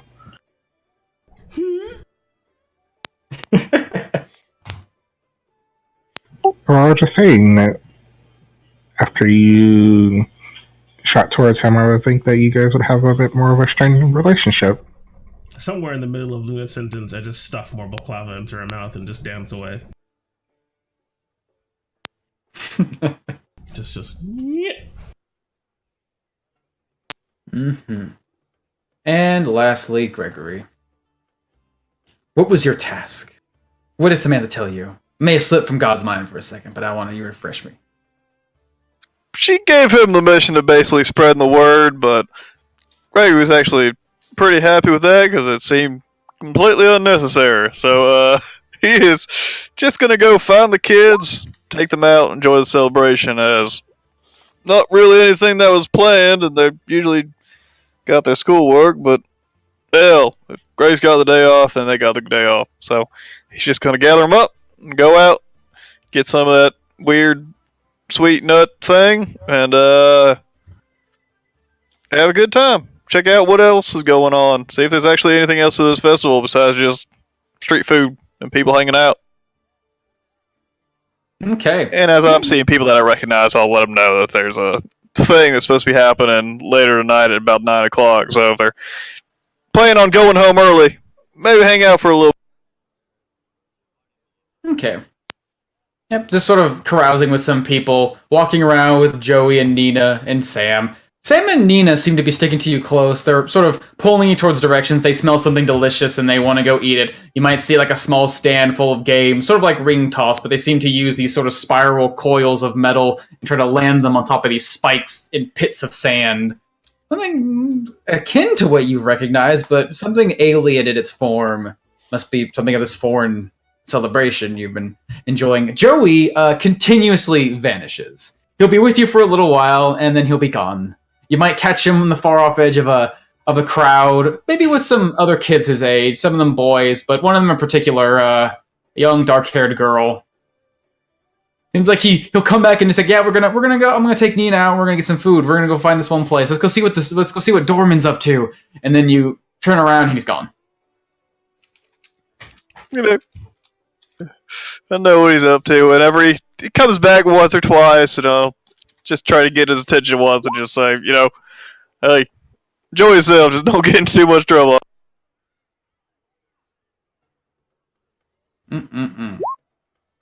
And as you're walking around enjoying yourself, Greg, you do get stopped suddenly as you're watching Joey scamper off and eventually get caught by this girl who takes him by the hand and pulls him off into a different direction in the crowd. You feel like a sort of a tap on your back, from your lower back, as if you almost think it's Sam from the height. You hear, excuse me, yeah. Oh, no, as the sight is shocking, you see a short man, maybe no more taller than 4 feet in height, wearing rather fine clothing, although in sort of a disheveled state, as if he's wearing these nice vestments you'd go to a fancy party with, but like the collar has been buttoned down to the middle of his chest, exposing some, well, I guess basically his toned flesh. You could see he has sort of this chiseled cut jaw, strong face. But what's really striking about this man, besides his height, is the tone of his skin, this deep red, his tail extending from his trousers, and the 2 tall horns sticking out from the top of his head. As you are looking down on a very small, very short, but stout and wide, almost like a dwarf, individual. What? Yeah, can I help you? You live here, yes? You are an Oakwellian. Yes, sir. Yeah. Okay, good. I'm just simply looking. Do you know where the mayor of Oakwell? What's his name? Logan, little Logan. Do you know where Logan is here? I've it's been some time. I haven't seen his residence since he's grown up.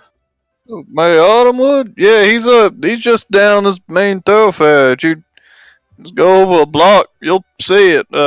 Really? I've been down there like twice. I'm looking for a big building, like a large, like a manor, like huge. I haven't seen a single one here. I mean, I can take you there, I guess. Are you know Mrs. Autumnwood? Of course, his family, I don't know if you know about the Autumnwoods, but they have residence up in Brokenridge, and I've known him since he was quite a young man. Oh, yeah, alright. Actually, it'd probably go easier if you head actually the other way. We can get to his estate. I don't know. I thought he might be actually at the Watchman's Post, but maybe not. That's sort of just everybody sort of centered around there. So you checked just the main thoroughfare already. You didn't. I'm simply looking for a manor. I mean, when I think of manor, something fitting of a noble, I'm thinking like a tall building, the tallest you see. And I have to admit, I'm sorry, I never got your name. What was it? Gregor Templeson. Name's Albert Castor, shopkeep up in Brokenridge. I've been looking for something big, and I don't think there's anything big here. I did see a large building, like a more commonplace, around the corner, and it looked like it was well guarded, but that's not it, is it? That can't be little Logan's house. Yeah, if you basically just skip over a house behind you there to the right, head down that street, that's him. It's right behind the Roosters. Oh, is that real? Oh my goodness, oh Logan, poor Logan. We have to talk about getting you an upgrade. Alright then, I think I know he lives now. I must have skipped it several times. You've been a good help, Gregory. Yeah, no problem. If you ever go up to Broken Ridge sometime, make sure to visit my store, if you would. Sure, what are you dealing?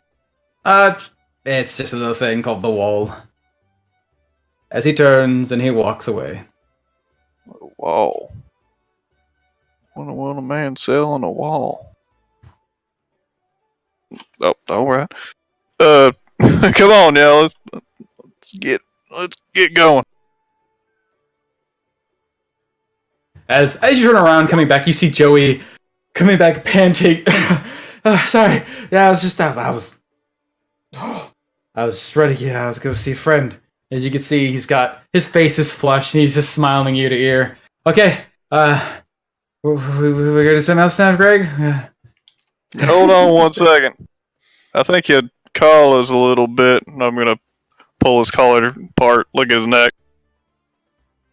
Yep. You see a lot of little red marks. As he immediately starts pulling it up. Oh, thanks, Greg. Yo. You can hear Enid behind you. Ooh. Yo. Ooh is riding, ain't it? Joey been kissing. I mean, it's... God. Okay. As he just follows after you guys, the rest of your partying, his face is beet red.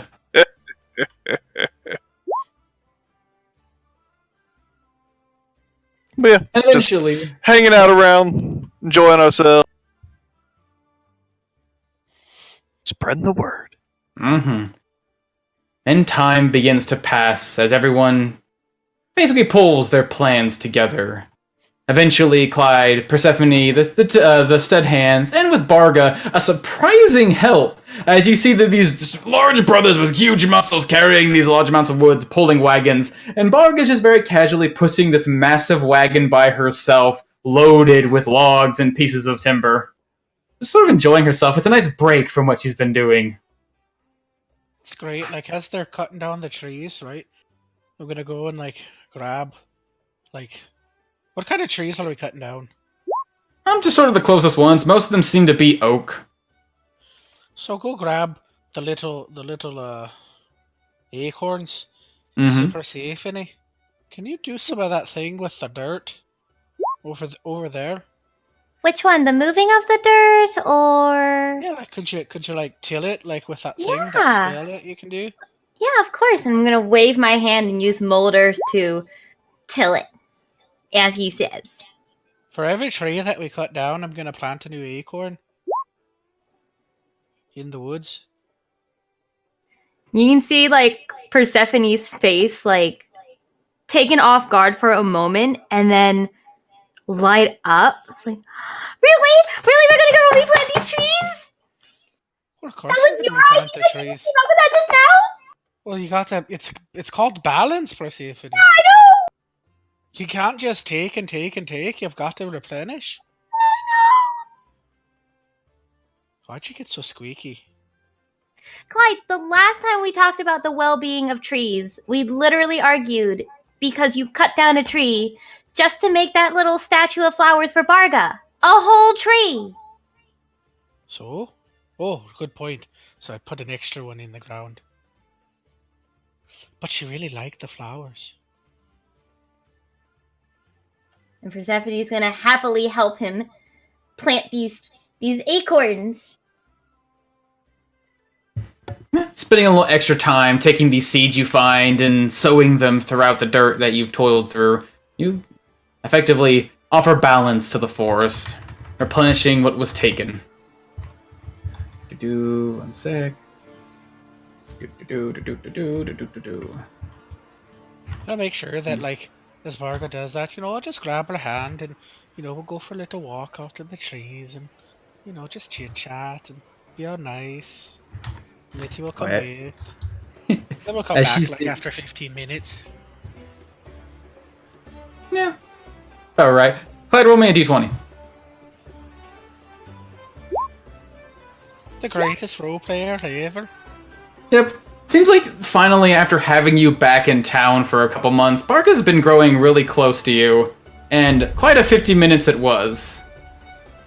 Or 15 minutes, rather. As you come back, yeah, eventually, when you found some alone time, just sort of talking and really enjoying this new serene and peaceful Clyde that she's come to know. You guys spend quite a bit of time between the trees, as she basically holds you close to her. And when you return, you also have to find yourself pulling your armor back together, as she's quite a strong girl. Ugh. Barga, jeez. There's people around. I'm sorry, it's the festival. You know, I don't know what Samantha's planning tonight. She said something about some kind of ceremony or something. But I think I heard Persephone say she saw her dancing. So I don't know if there's a dance, but if there's a dance tonight, you want to dance with me?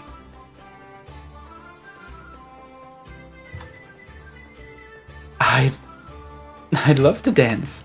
I'm not very graceful, sorry. I have 2 left feet. And the last time I tried to dance, I stepped on, well, his name was Marcus. I put my feet on his, and then he couldn't walk for quite some time. Oh, don't worry. I'm pretty quick and an acrobat. So I'll just learn to, dodge.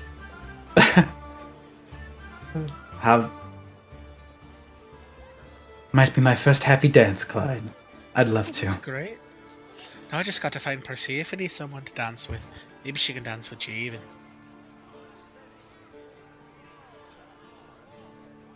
As Javen, amidst your bar hopping, just sort of enjoying the serenity of this place, you end up finding a conversation with a couple of not familiar faces, but someone you have seen in town recently. Just a couple of people trying to find their start in venturing, who are trying their best to try and get into one of these inns, become the target of the innkeepers, in the same way that you, the Valiant Seven, have sort of become the spotlight heroes of the moment. The Big Trout has theirs, the Lucky Rabbits, although it sounds like they're changing their name recently, trying to adopt and spread the name.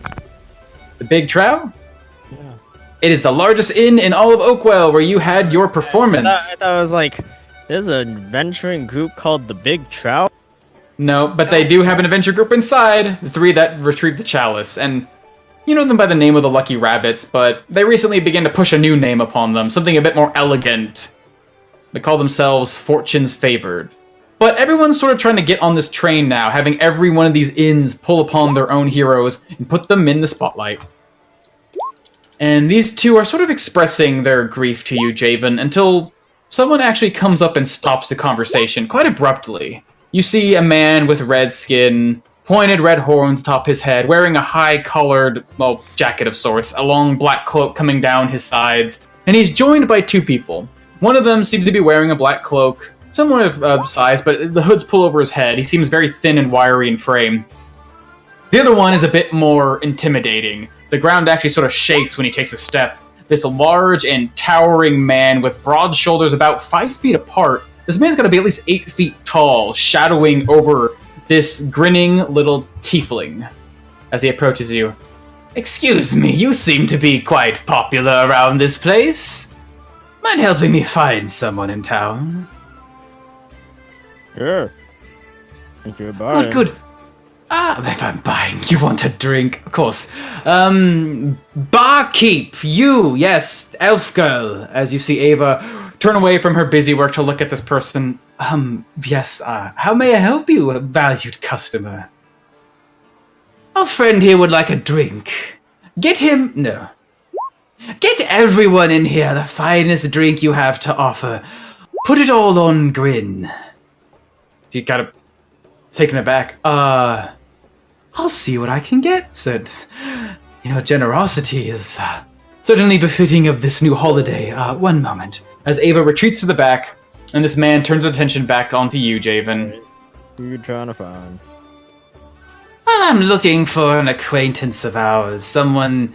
It's been some time since we've seen her last. Do you happen to know of a half-orc by the name of Jody?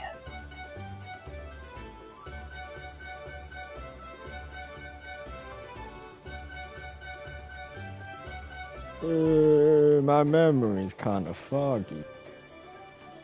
Foggy. Oh, that's terrible. fog can cloud all things, and vision and hearing and all Name's sorts. familiar, but I can't quite put my finger on it. Perhaps a drink would clear your mind. Yeah, except no, maybe not one for everyone else, just for me. Are you trying to drain my pockets? I am generous, son. I'm giving you your drink. I would appreciate information. And this large, hulking figure, you hear him step forward, and this low groan beneath his voice. Easy, Hunk, easy. Wonder where you hail from, traveler. I know Jody has lots of contacts and friends, because she's as worldly as... She is quite a useful companion. Yeah. We hail from Crossway. Oh, Crossway. What district? Oh, well, many districts, although I believe you might find us more on the southern edge, as you're looking between these men, Javen, and you can't help but notice the pin on their cloaks, especially now shown brazenly on this tiefling's, a small golden chest. Why? Are you interested in making some new friends, Mr... I'm sorry, I never caught your name. Mine is Grin, and this is my strong companion, Hunk. Hunk is very impatient. He's also very strong. Oh, I no doubt. How much of that armor weigh on you? You can call me Baha. Baha. Oh. Dragons have such interesting names. Well, Mr. Baha, I could get you a drink. As you see Ava finally come back, after spending some time pouring rounds for everyone, she comes out with this very golden brew. It looks like it's almost like honey itself poured and bubbling, as it has this very sweet smell to it. Oh, thank you, darling, as he pushed the drink right in front of you. Well, there you are, something to clear your vision and clear your mind, as he sits in front of you, hands folded. And starts taking a sort of long drink, contemplating his options now. Internally. Oh, thirsty, Baha. Clear that mind of yours so you can give me an answer. As you hear behind him another step. And you can actually hear this guy's getting closer. With your sharp hearing, your natural perception, Javen, you can hear the slightest, almost mechanical sound. This like gears rotating into one another. As this man puts himself closer to you.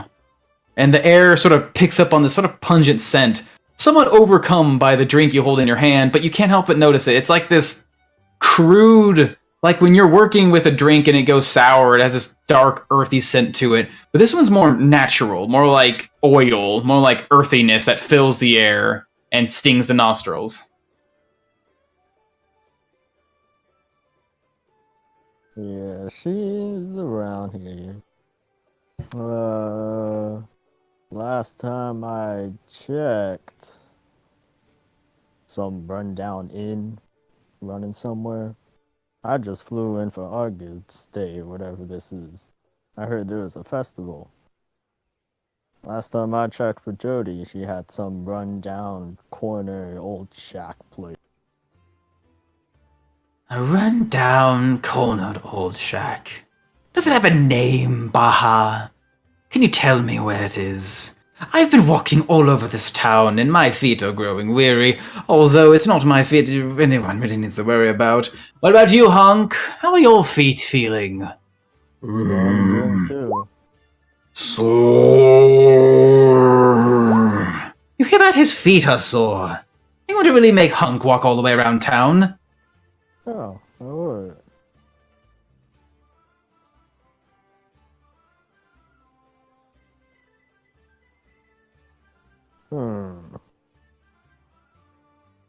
Horse?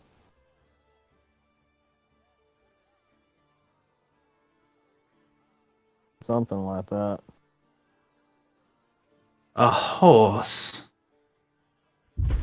Donkey, mule. As he starts to look at you, you can see his grin fade for a moment before it immediately spreads back across his face, and you can see this row of jagged, sharp teeth. I'm sorry. Are you wasting my time on purpose for a free drink? No. I just needed one.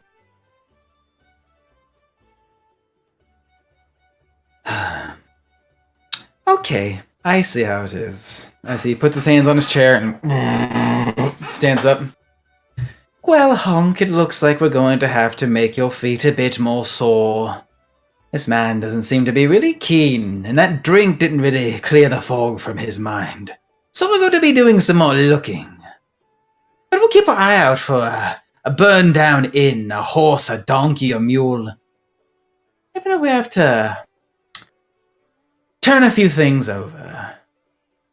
We're good at finding things, aren't we, Honk? Turn them over. That's right, Honk. Turn them over. Well, Baha, I hope you enjoy your drink. I do hope to see you again soon. Same. Regards from the coffers. As he and this massive man, as well as the other cloaked figure, make their exit out of the rooster's crown.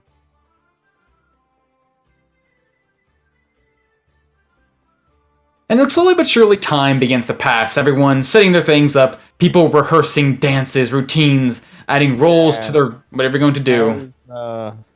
As I start to walk out, I wait a couple of minutes, entertain the other guys, and then I start making my way back to the fallen horse, except stealth. Okay. Howdy, Jody. Easily making your way back to the fallen horse, you do see Jody working inside. It seems like she's by herself, cleaning up every nook and cranny. She's like pulling the tables to and fro, trying to find the perfect place to put them, as she seems almost hypnotized by her task until your voice resounds with her and she turns to face you. Oh, Javen, what are you doing? I thought I told you to go in. Thought I told you to go visit. Across them again. I'm sorry, They don't what? like Baja. They're Spell that looking one more for time for me. They're looking for me. Jesus. I didn't know what business they had, and I didn't like the way they were acting in Crossway, the Golden Coffers. Alright, and you didn't tell them anything? No. Or Nothing at all? inclusive. Oh, alright then. As you see her rubbing her face for a moment, stretching down her eyelids in frustration, and you can see the edges of her sharpened tusks sticking out from her mouth. Oh dear. Alright. As long as you didn't tell them anything, this should be fine. May have to postpone the reveal of the fallen horse for some time, but the coffers. Why are they in Oakwell? This damned party. Of course they'd come. Alright then. Javen, you have a new goal.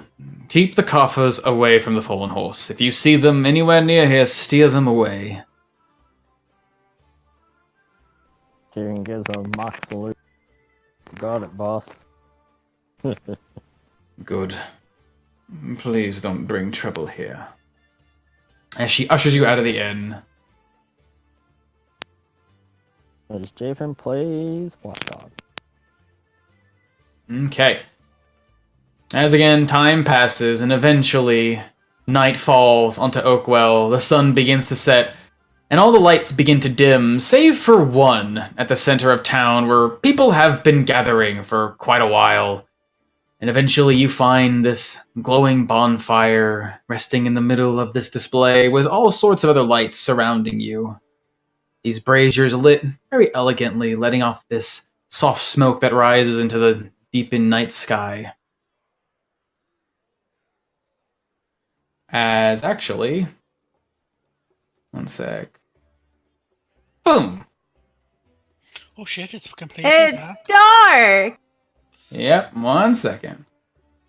Hello, darkness, my old friend.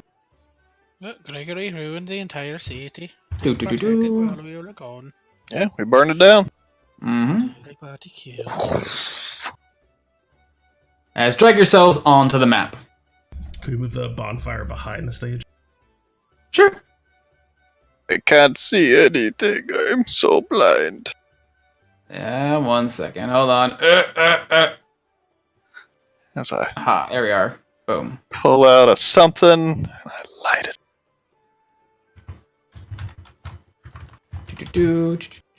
Here we go. Oh, that's not you. Get out of here. Oof. Where are you? Alright, at? kids, y'all find a spot?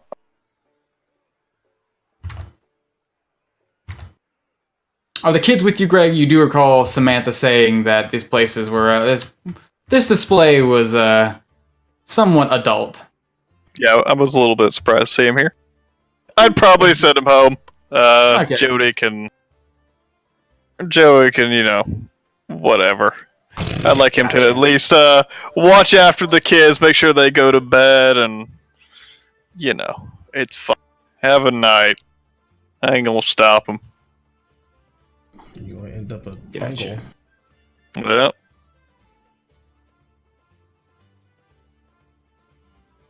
Like a good boy. Okay.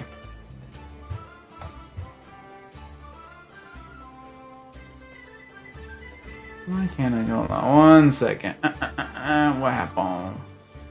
Do.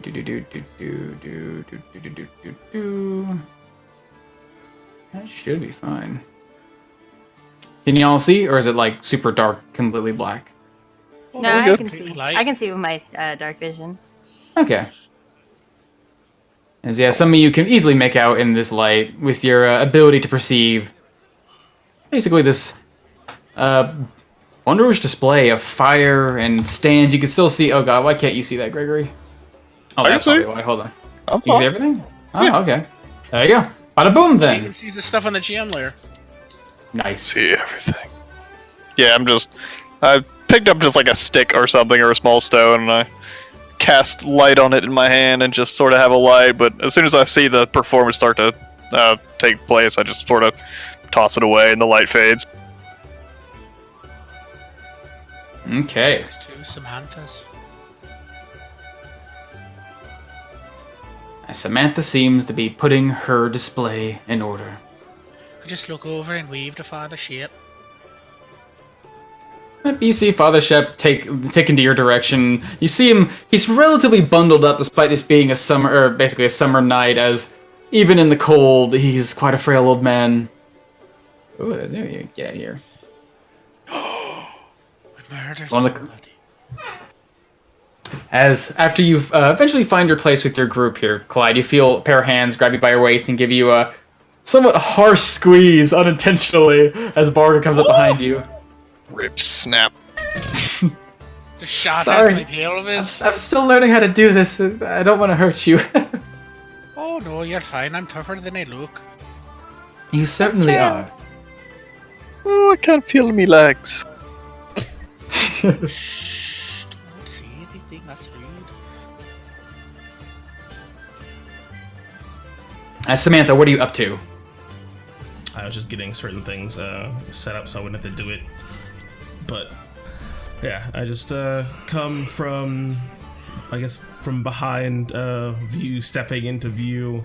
I appear to be wearing a sort of scant outfit of black silks with golden adornments and what looks like bells of some sort on my hips. A long skirt that covers the legs except for a marvelous split on the thigh down the length, and what seems to be these scattering gemstones that seem to be sewn into the fabric. You can see the bottom of my face, like from just about the bridge of my nose down, is covered behind a thin, sheer black veil. And you can mostly just see my eyes and my long black hair, which for the first time you've ever seen is actually just completely down and out and exposed, not wrapped up in a hood or in serpentine form.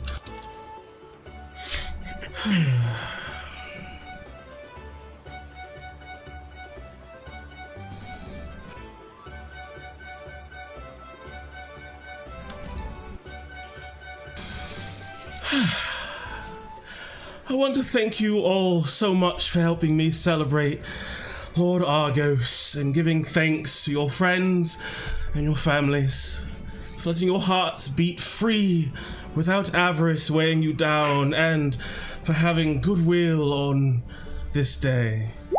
I would, as a gift to you, like to perform a dance that you would have to travel beyond Cradle Keep to ever have a hope of seeing.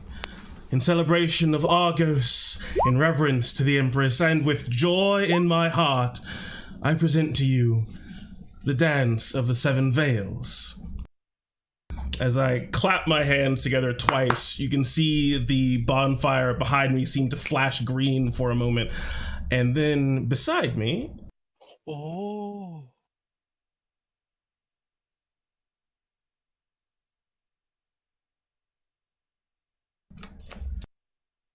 Why doesn't copy paste work? So frustrating. Why are there so many Samanthas? Just watch. I'm trying, but I'm confused. Don't ask questions.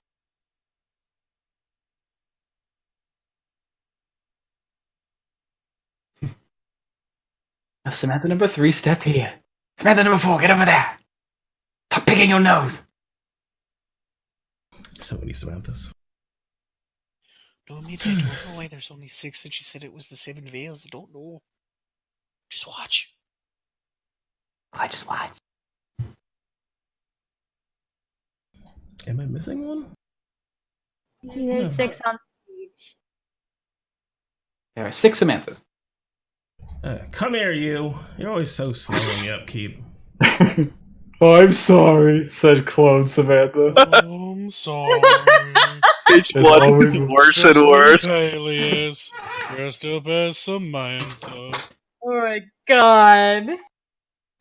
I guess I'll dance. Wait, Biolis. It's so warm here. Why are there so many of this awful woman on stage? Shh. Shh, Bailey's All of us just always blast them to death, just infinite beams. The stage is just getting worse and worse. Alice, this is really important to Samantha, okay? We're just gonna watch her. I'm sorry. And then beside me and around me, there are 6 identical copies of me that move as I move. The 2 on the farthest ends are in green, 1 in white, 1 in red, 1 in blue, and... Come here, you. You're supposed to be in black. That's what it was. Oh, I like the green one's the best. You can see that Samantha's silks have changed to be a combination of all 5 colors.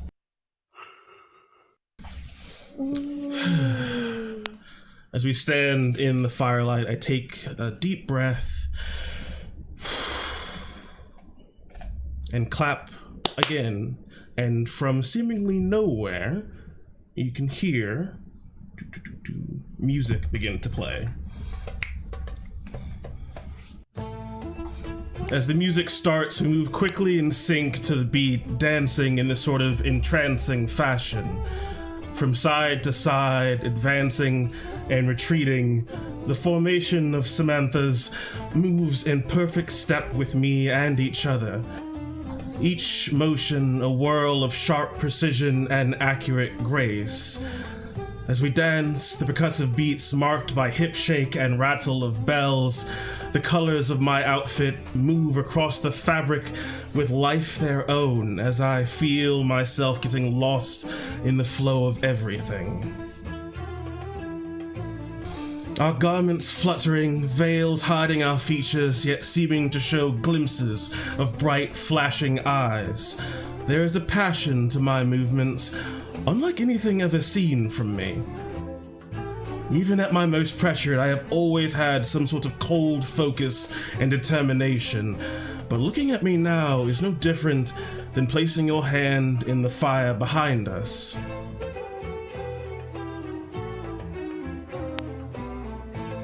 There is heat to my movements.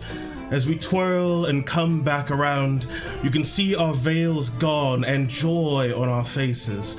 unbridled happiness, and yet there is an unmistakable allure to me. I am passion, joy, love, and lust all in one. My extras pair together, dancing intertwined, and I move alone, unfettered, off the stage.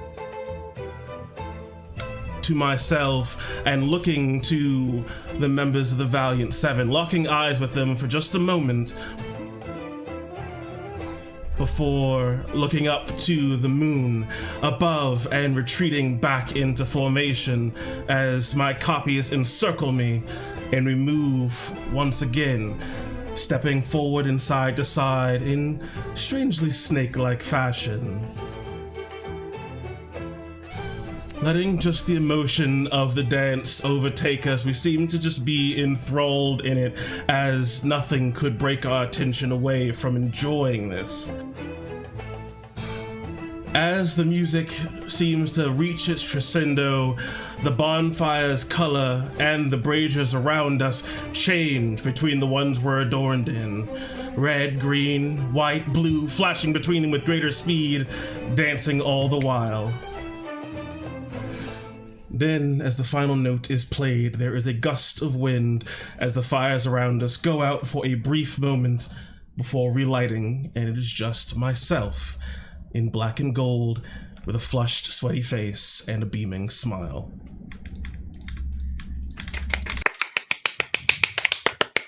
Samantha, give me a performance check with advantage. Oof.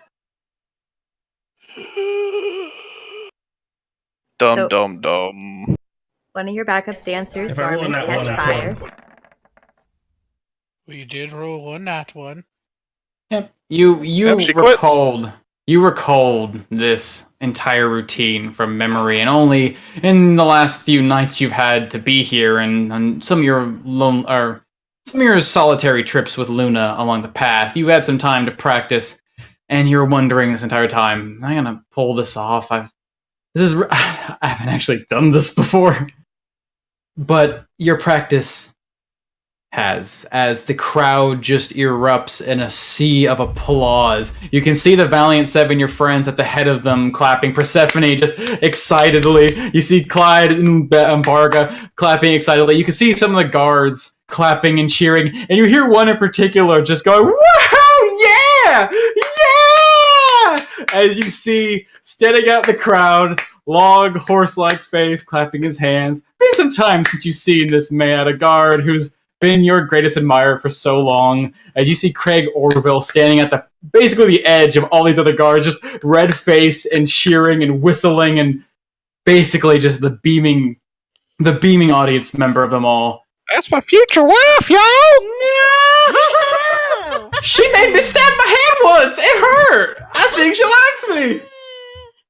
As among them, you could see a sea of also like smiling faces. You could see in the back, Samantha, with your sharp eyes, Logan Autumnwood with his arms crossed before unfolding them and clapping excitedly, nodding and just beaming a big grin. Next to him, a similar-looking man dressed in even finer clothes than Logan.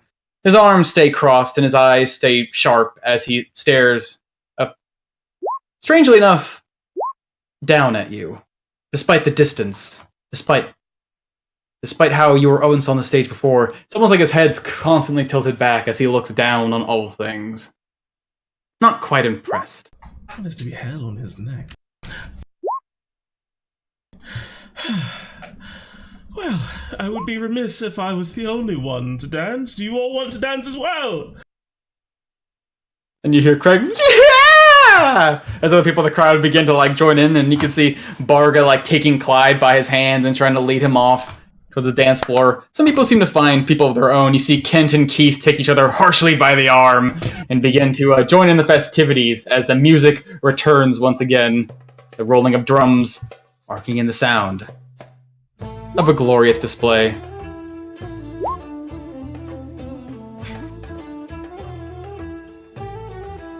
As who's everyone dancing with, if they're dancing?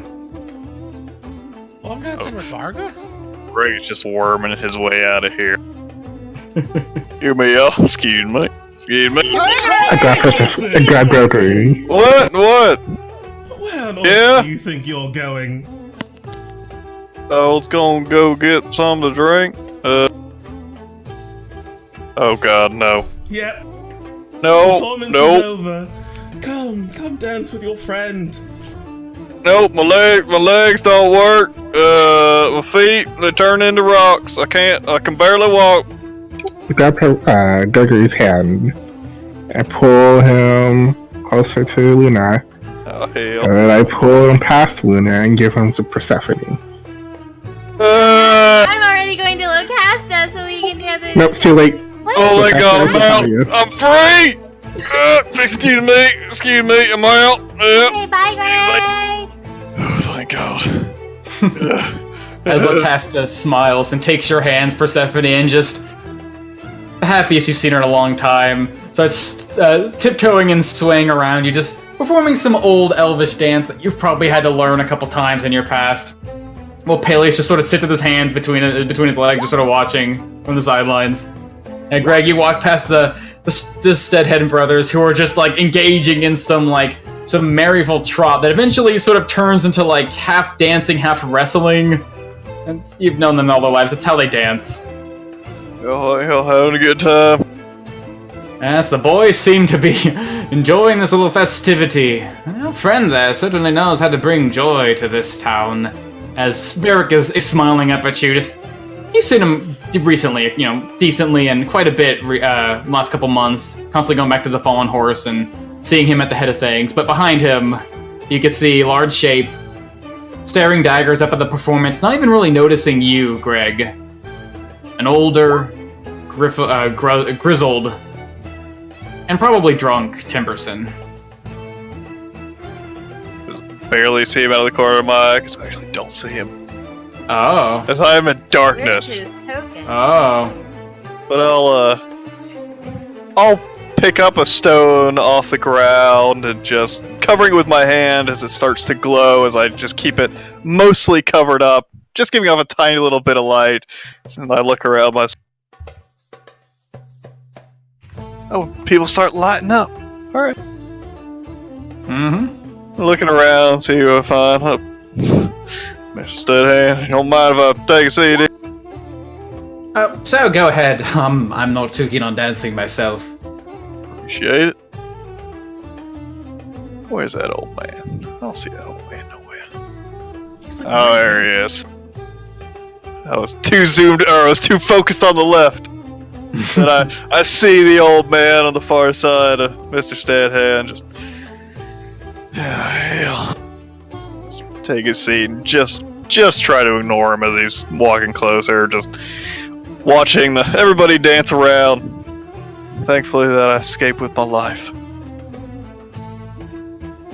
You kind of peek at him every so often to see what he's doing. You're hoping to see him like walk past you and leave, but he doesn't move.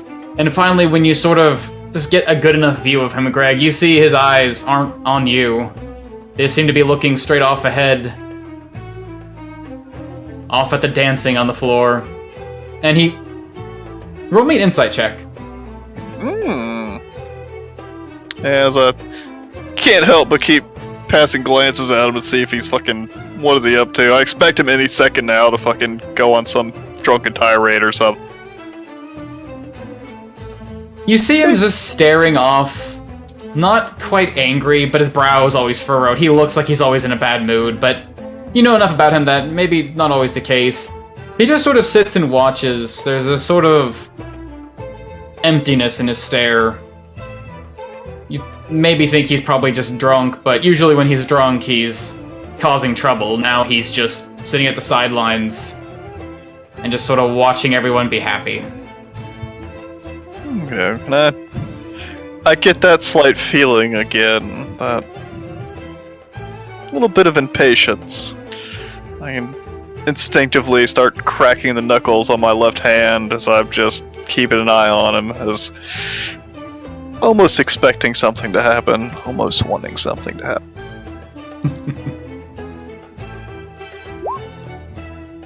Okay. And Luna, who are you dancing with? Samantha? As I pull Gregory away, kind of try to give him Persephone, but Persephone wasn't paying attention, so he did get away from the embarrassment. But so Luna does grab Samantha's hand and I guess attempts to just dance with her. First, you just feel like the slightest bit of resistance, and she just seems like she didn't seem to notice you reaching out.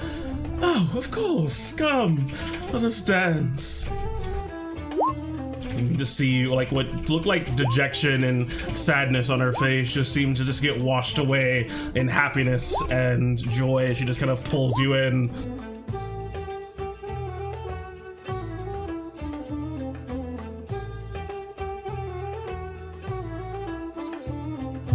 Yep, and this dance seems to continue as everyone's just sort of enjoying themselves.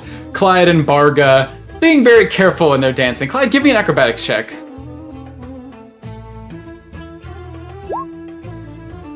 Yep, as you are quick on your feet, you keeping your eyes both up at Barga, who holds you very gently in her arms, taking hold of your hands and swaying around with you, and also glancing down just quick enough to hear poof, as her foot comes down, and you manage to step right outside just outside of its reach.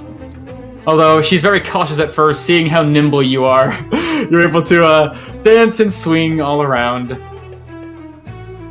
And off to the side, you do happen to peek and see what Mitty's up to, and you see his face buried in a tent. You just hear... As it seems like some of the food that was brought here to this display has been left unattended during the dance, and Mitty is just going to town on it. He's gonna channel it through Matey. Like, can I communicate with him? Communicate, no, but you can share senses. Yeah, basically, if you share can the senses. I can't impose myself. Yeah, so you can also through your own eyes see everything and feel everything, but you can also see through his eyes. And if you try to connect with him, you'd immediately taste. It's like you're eating something right now. Your stomach's being full, and you just can't stop eating. You're so hungry right now. Yep, still is. Okay, and you can look across this field of people, and you see some people are dancing. Persephone and Locasta enjoying themselves. Peleus sometimes getting in, but very cautiously trying to start dancing, sort of loses interest for a moment, and then lets Persephone and Locasta continue. You can actually see Father Winter and Bea sort of engaging in this sort of somewhat friendly dance, not quite as intimate as everyone else, just sort of enjoying each other, swaying to the song. Keith and Kent have now just descended into wrestling at this point. They're no longer dancing, they're just fighting. Just throw some black bars and some mosaic pictures on not them. me this time, brother! Oh, we're so good at this dancing thing, why don't we do it more often? I got you in that cold! And, others throughout town, just some friendly faces, some familiar, some others, enjoying themselves. Every so often you can hear a squeak from Pip as Dorman just seems to be throwing him up in the air and catching him. And eventually, as your dancing continues on through the night, Javen, what are you up to? You're watching everything going on, seeing the firelight surrounding. I just needed. I just wanted to. See I see. happening. Okay, so you're not even here. Gotcha.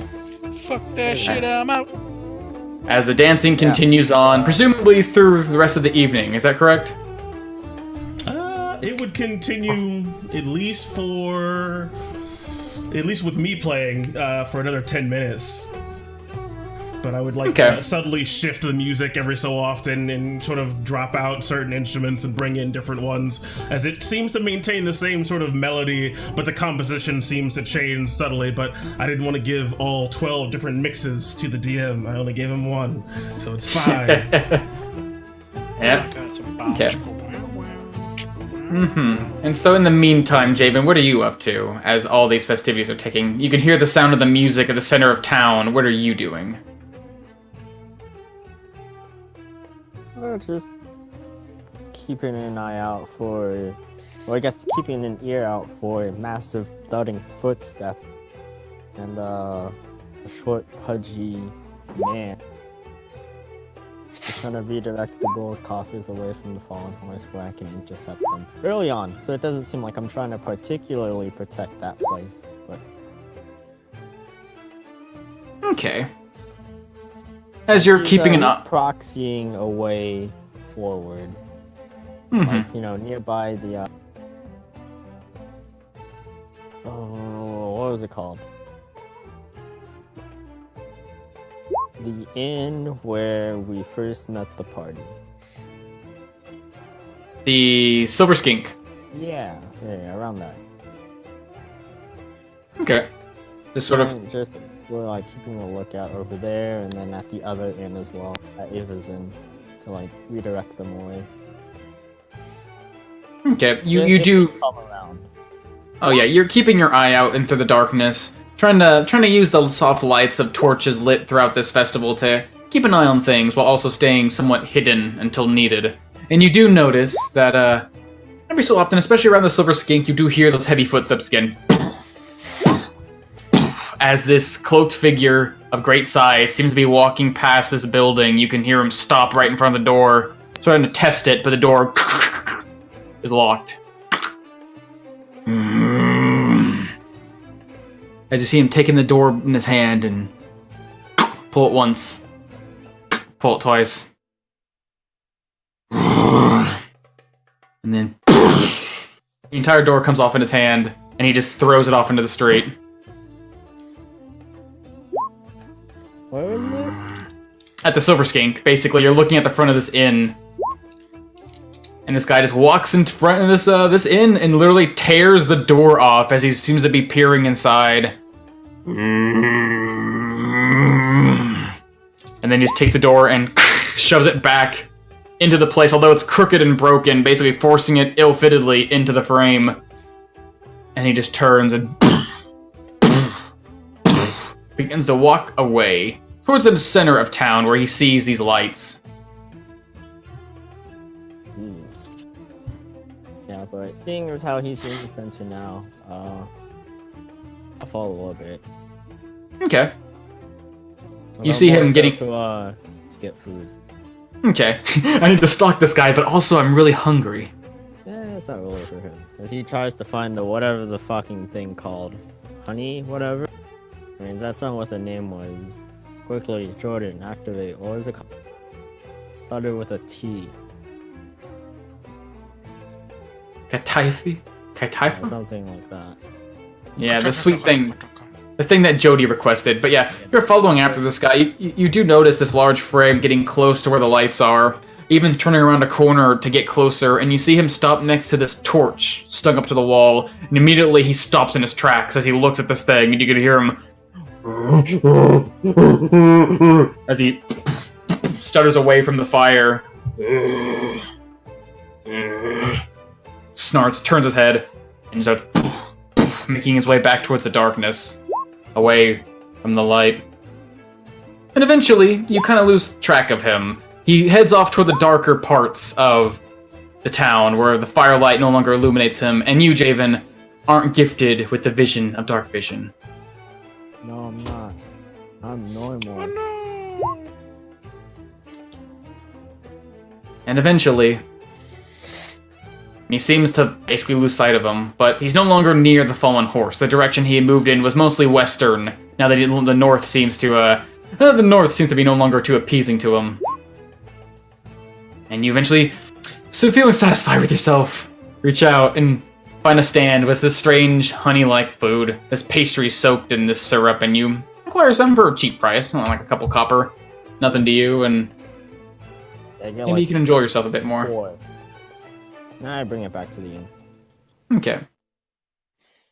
I give the coded knock to say that it's me and not a pudgy red man and his massive fire-fearing sword who rips down doors like an asshat.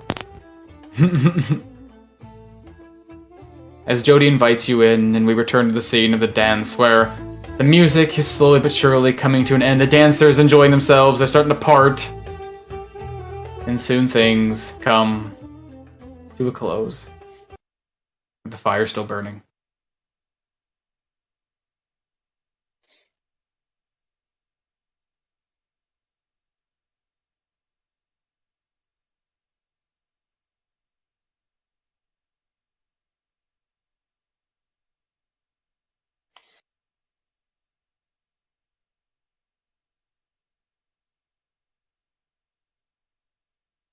Ugh. Ooh.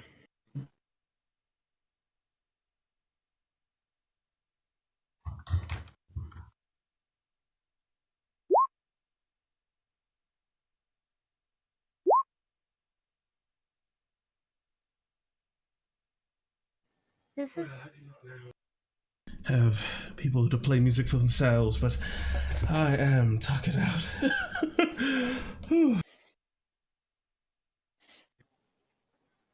this was a really good celebration, Samantha. Thank you. I am so thankful that you thought so.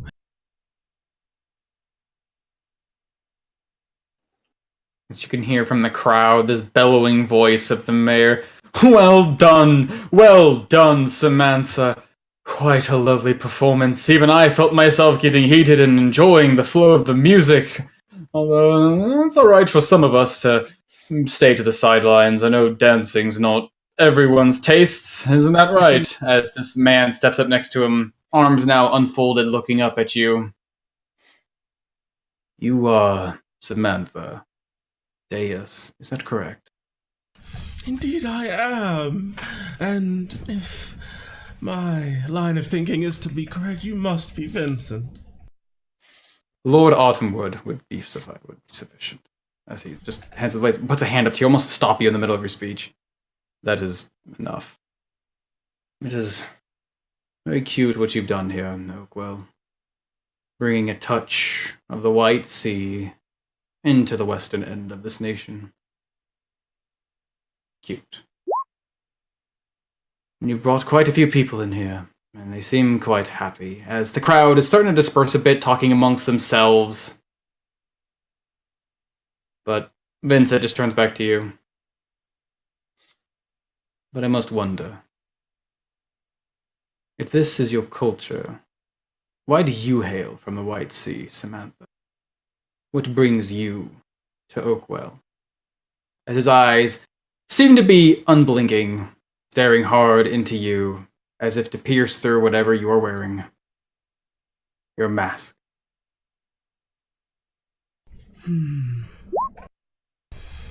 I go where I am needed. It seems like anyone who is well attuned to the way that Samantha normally talks and carries herself, it almost seems like for the first time, she seems like almost kind of a bit tipsy. Almost a little punch drunk on just the celebration.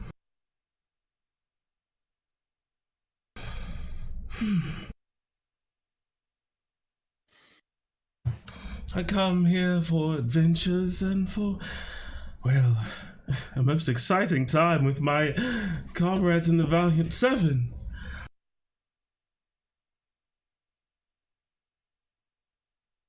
It just seems to... Silks fluttering. Why? What is it you want to know, Lord Autumnwood? You can see his eyes fixed on you, still unblinking, looking right into your eyes. As you have a strong will, Samantha, you're usually able to overpower anyone's lasting gaze, but his is quite formidable. I'm simply wondering why someone from such a desolate part of this country decided to bring a bit of their culture into Oakwell. It certainly brought people in. It certainly brought attention. But I can't help but feel like there's another underlying reason. You see, people from the White Sand, often known for having schemes, hiding their true intentions, wearing a mask.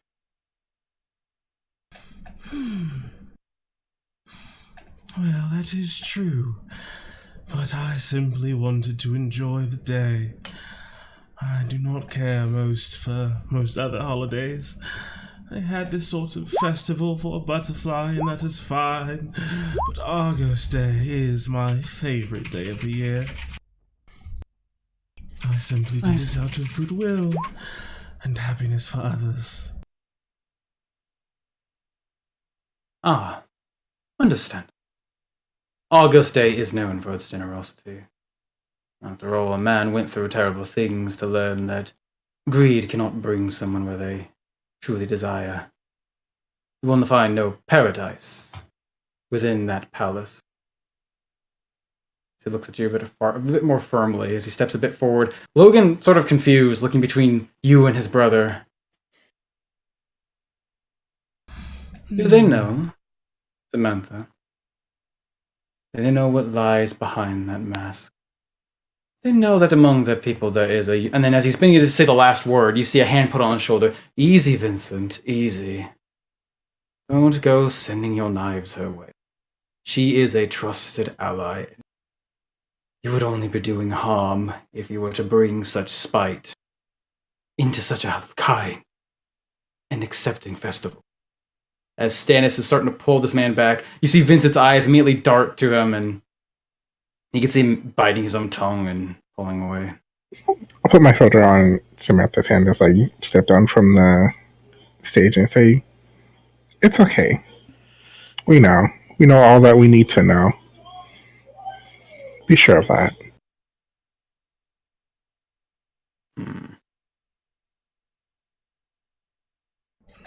Keep your fangs to yourself.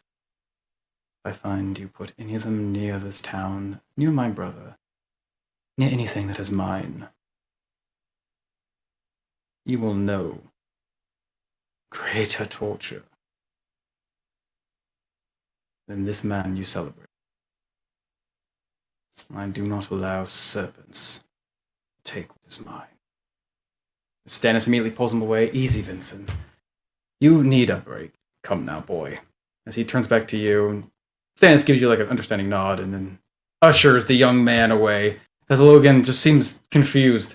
Brother, why are you treating him? Why are you treating her so harshly? She's a trusted ally.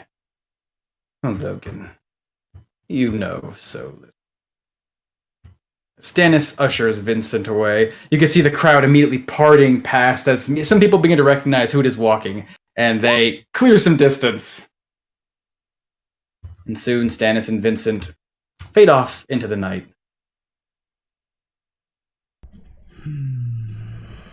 I'm terribly sorry. I don't know if he had something to drink tonight. Oh, I tried to obviously he did not. But if he had, he would have so much more joy in his heart.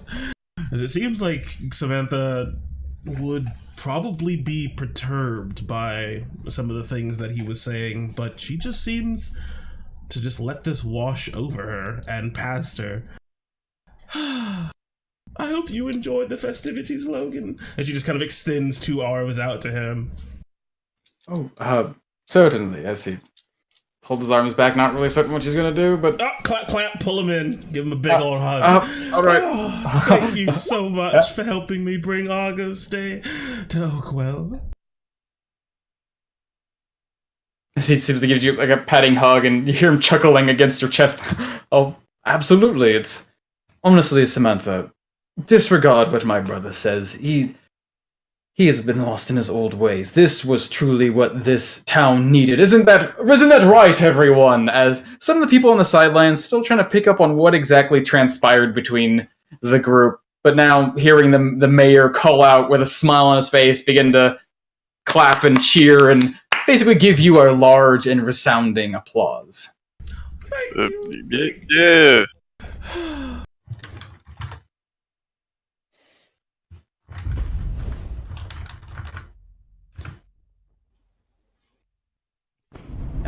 Eventually, as he starts to calm down, he continuously just apologizes for Vincent's behavior. The crowd begins to disperse and dwindle. Lucasta bids you an adieu, Persephone, as you see Peleus still continuing to basically try to figure out how the dance works, but now the music's long gone. He's the only one dancing. He stops, embarrassed, and heads off back to their store together. And Father Winter sees you, Greg. You catch him basically at the end of dancing with Bea. Did you want to say anything to him, or are you just chatting with him?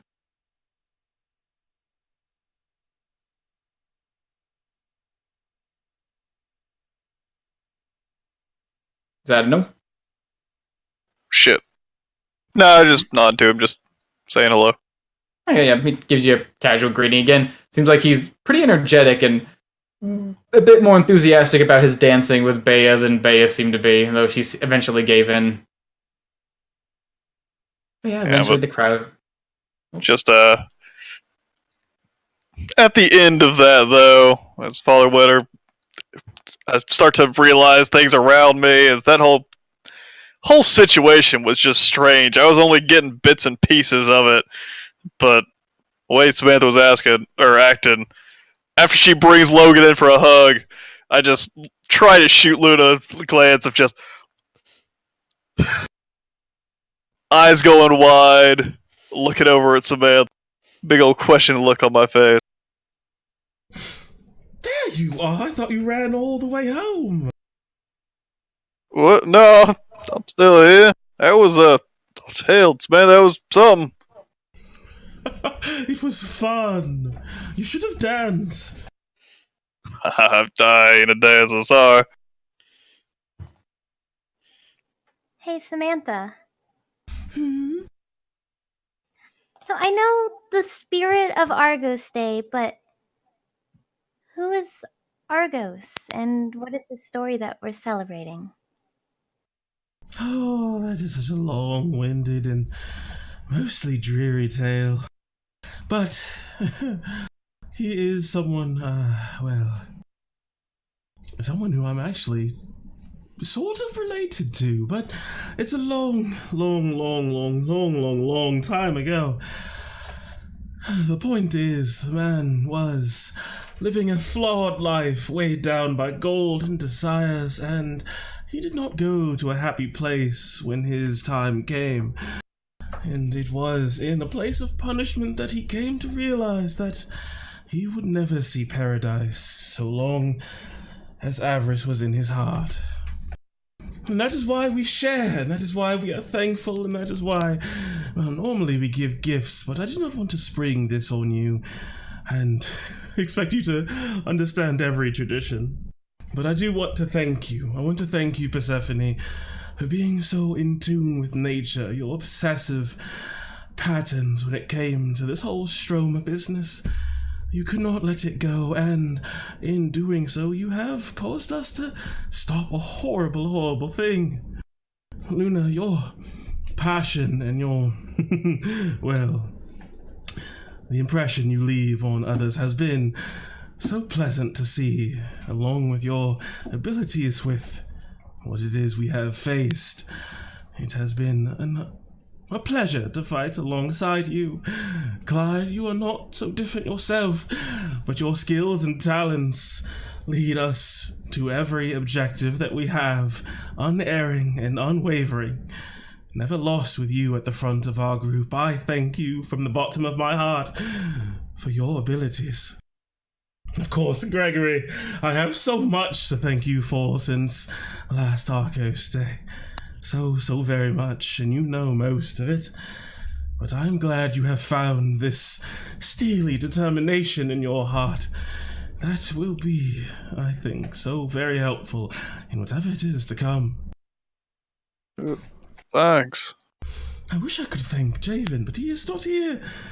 His speediness on his feet and, well, his seeming punch-drunk bravery, along with someone to share a good drink with, is something I am quite thankful for, as she seems to cast up a glance again to the moon and then back down to you all. I am so happy to have you as my friends. As you can just see, Samantha. she's just basically drunk. You don't mention it. Oh, well, Persephone, do you want to come get a snack with me real quick? Yeah, I haven't had any of the treats yet. Oh, it's over here. Oh, Timberson. I thought we lost you for a second. You up in the front and then you faded into the crowd. Didn't want to go dancing with your friends. No, but like you, I ain't much of a dancer. Was that? I'm sorry, I didn't mean to eavesdrop or nothing, but was that your brother? Yes, that was Vincent. He's come to see how Oakwell's grown since the Black Fury incident. Oh, well, alright. Hey, it's good to have family around. These things is everything alright, though? I don't want to pry too much. It didn't sound like, a jovial conversation. Right. I was not keenly aware of his tastes, but begin to learn that Vincent is not too keen on the white sand. It's a bit of a he considered it a pit of Mobia, where terrible things have happened there. You've probably heard stories of the Yonti and the creatures that reside there and the dark practices they have. It's sort of the blight of Mobia. And as a member of the board of trade in Brokenridge, he often has to deal with the misdoings of caravans getting lost and raided there. He doesn't like the culture, finds it detestable, and I thought his knowledge on the subject would make him interested. It seems that it's only really inspired his ire. Terribly sorry if it caused offense to Samantha. I honestly was not too keenly aware, besides the nature of this festival, that she had ties to the White Sand. Right. So I didn't. I don't know what to say. I'm sorry if we did anything to offend you. Oh no, you did nothing. It is simply Vincent. He's a particular creature. All right. Well, enjoy yourself, I suppose. I won't hold you any longer. Well, that's perfectly fine. Continue to enjoy the festival, although the sun's beginning to go down. Things look like they're beginning to die down. Yeah, of course.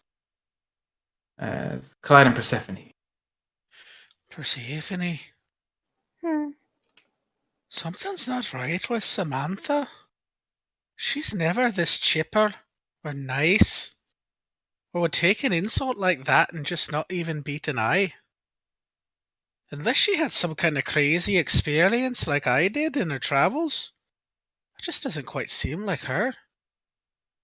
I don't think any amount of alcohol can change someone's personality that much.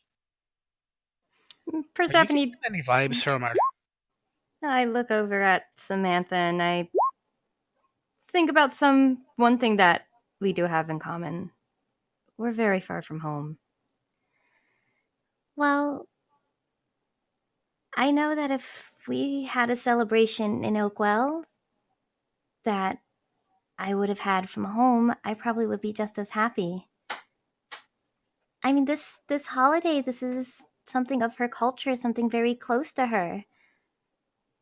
This is probably the only thing she's ever gotten to do since coming to Oakwell that felt familiar. And I think in all of it, I think she's just glad that she was able to celebrate it, not just for the sake of celebrating it, but celebrating it with her friends. I suppose. Just seems like a complete opposite Samantha. I don't think she's ever complimented you before. Definitely never invited you on a stage to dance. Well, she usually does compliment me. I guess it But gets like not in lost in. front of someone like Logan. Well, that's true. I don't think there's anything wrong, per se. I think she just wanted to enjoy the holiday. Maybe she'll go back to Alright. what you consider normal tomorrow.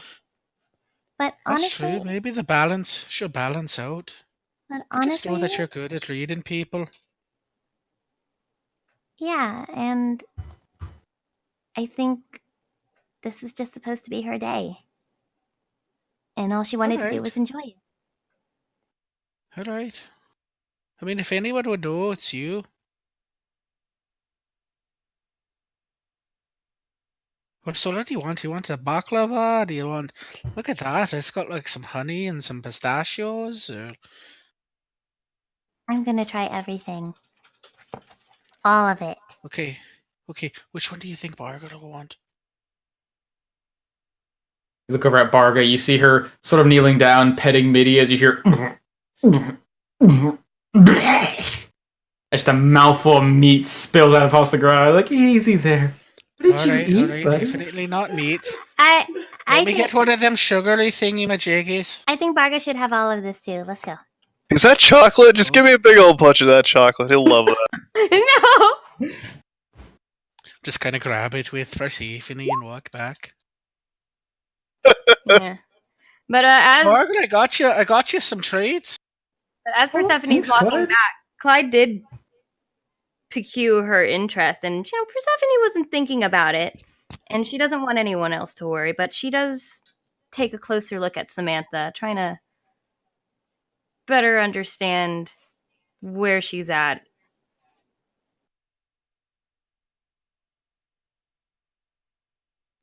He seems strangely happy. Again, it could just be the whole festivities of everything. You do recall that when you were taking part in the Monarch Festival, Samantha you first met was kind of cold and calm, and even during the festival, she showed a sign of softness. She came out in a beautiful flower dress. Her hair was neatly braided along with Nina's. Like, when these things happen, she seems to almost become a different person.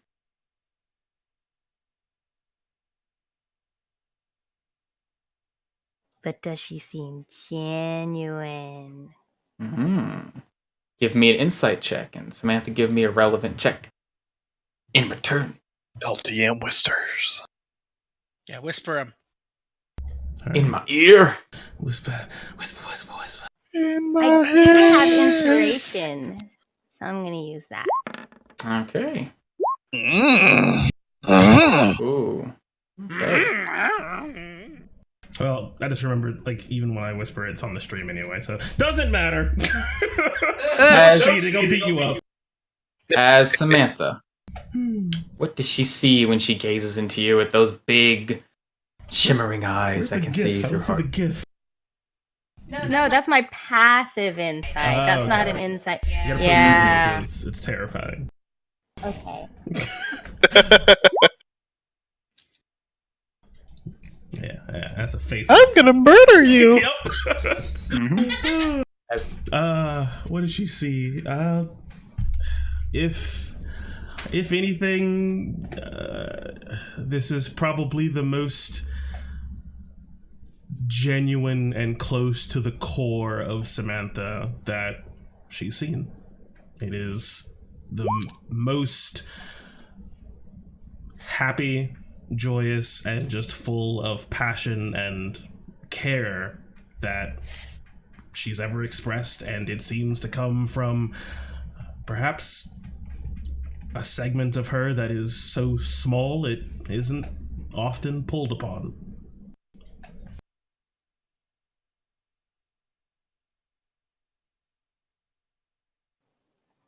Okay, so just getting into the feel of things, all these happy feelings, I'm gonna go and give Samantha a big hug. Oh, Persephone! Oh, I'm glad you're enjoying Argos Day as well. What are you thankful for?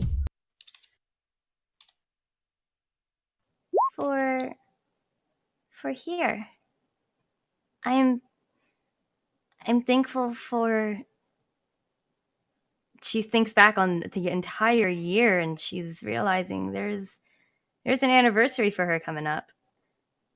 I'm thankful for making it all the way to Oakwell and meeting all of you guys, honing in on nature, meeting the Gloomroots, going on these adventures, stopping the Grey Bite. Before any of this, Samantha, I didn't think I'd be capable of such things, and my life was going to a completely different direction. I'm happy for this new me. And I think I'm gonna like it very much. Good. So she gives you she squeezes you back tight, and you can sort of feel like you're almost a little constricted in her grasp before she lets go. This has been a fun day. I hope your mood from this day lingers.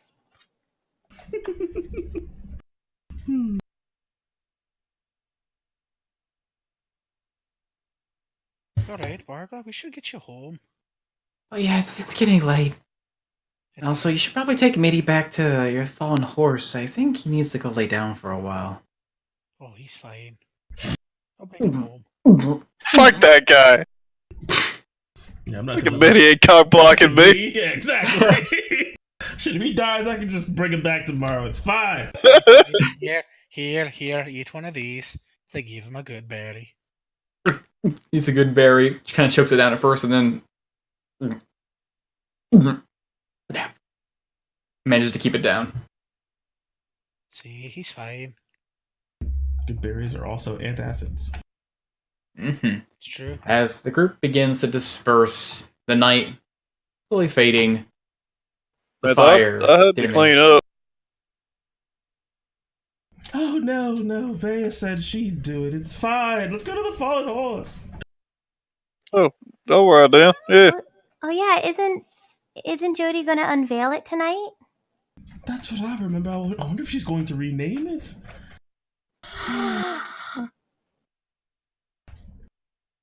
So I'm just kind of like, we're making our way across town from here to the Fallen Horse, unless something interrupts us. I would just kind of turn to the people going with us, which I presume would be Luna and Gregory.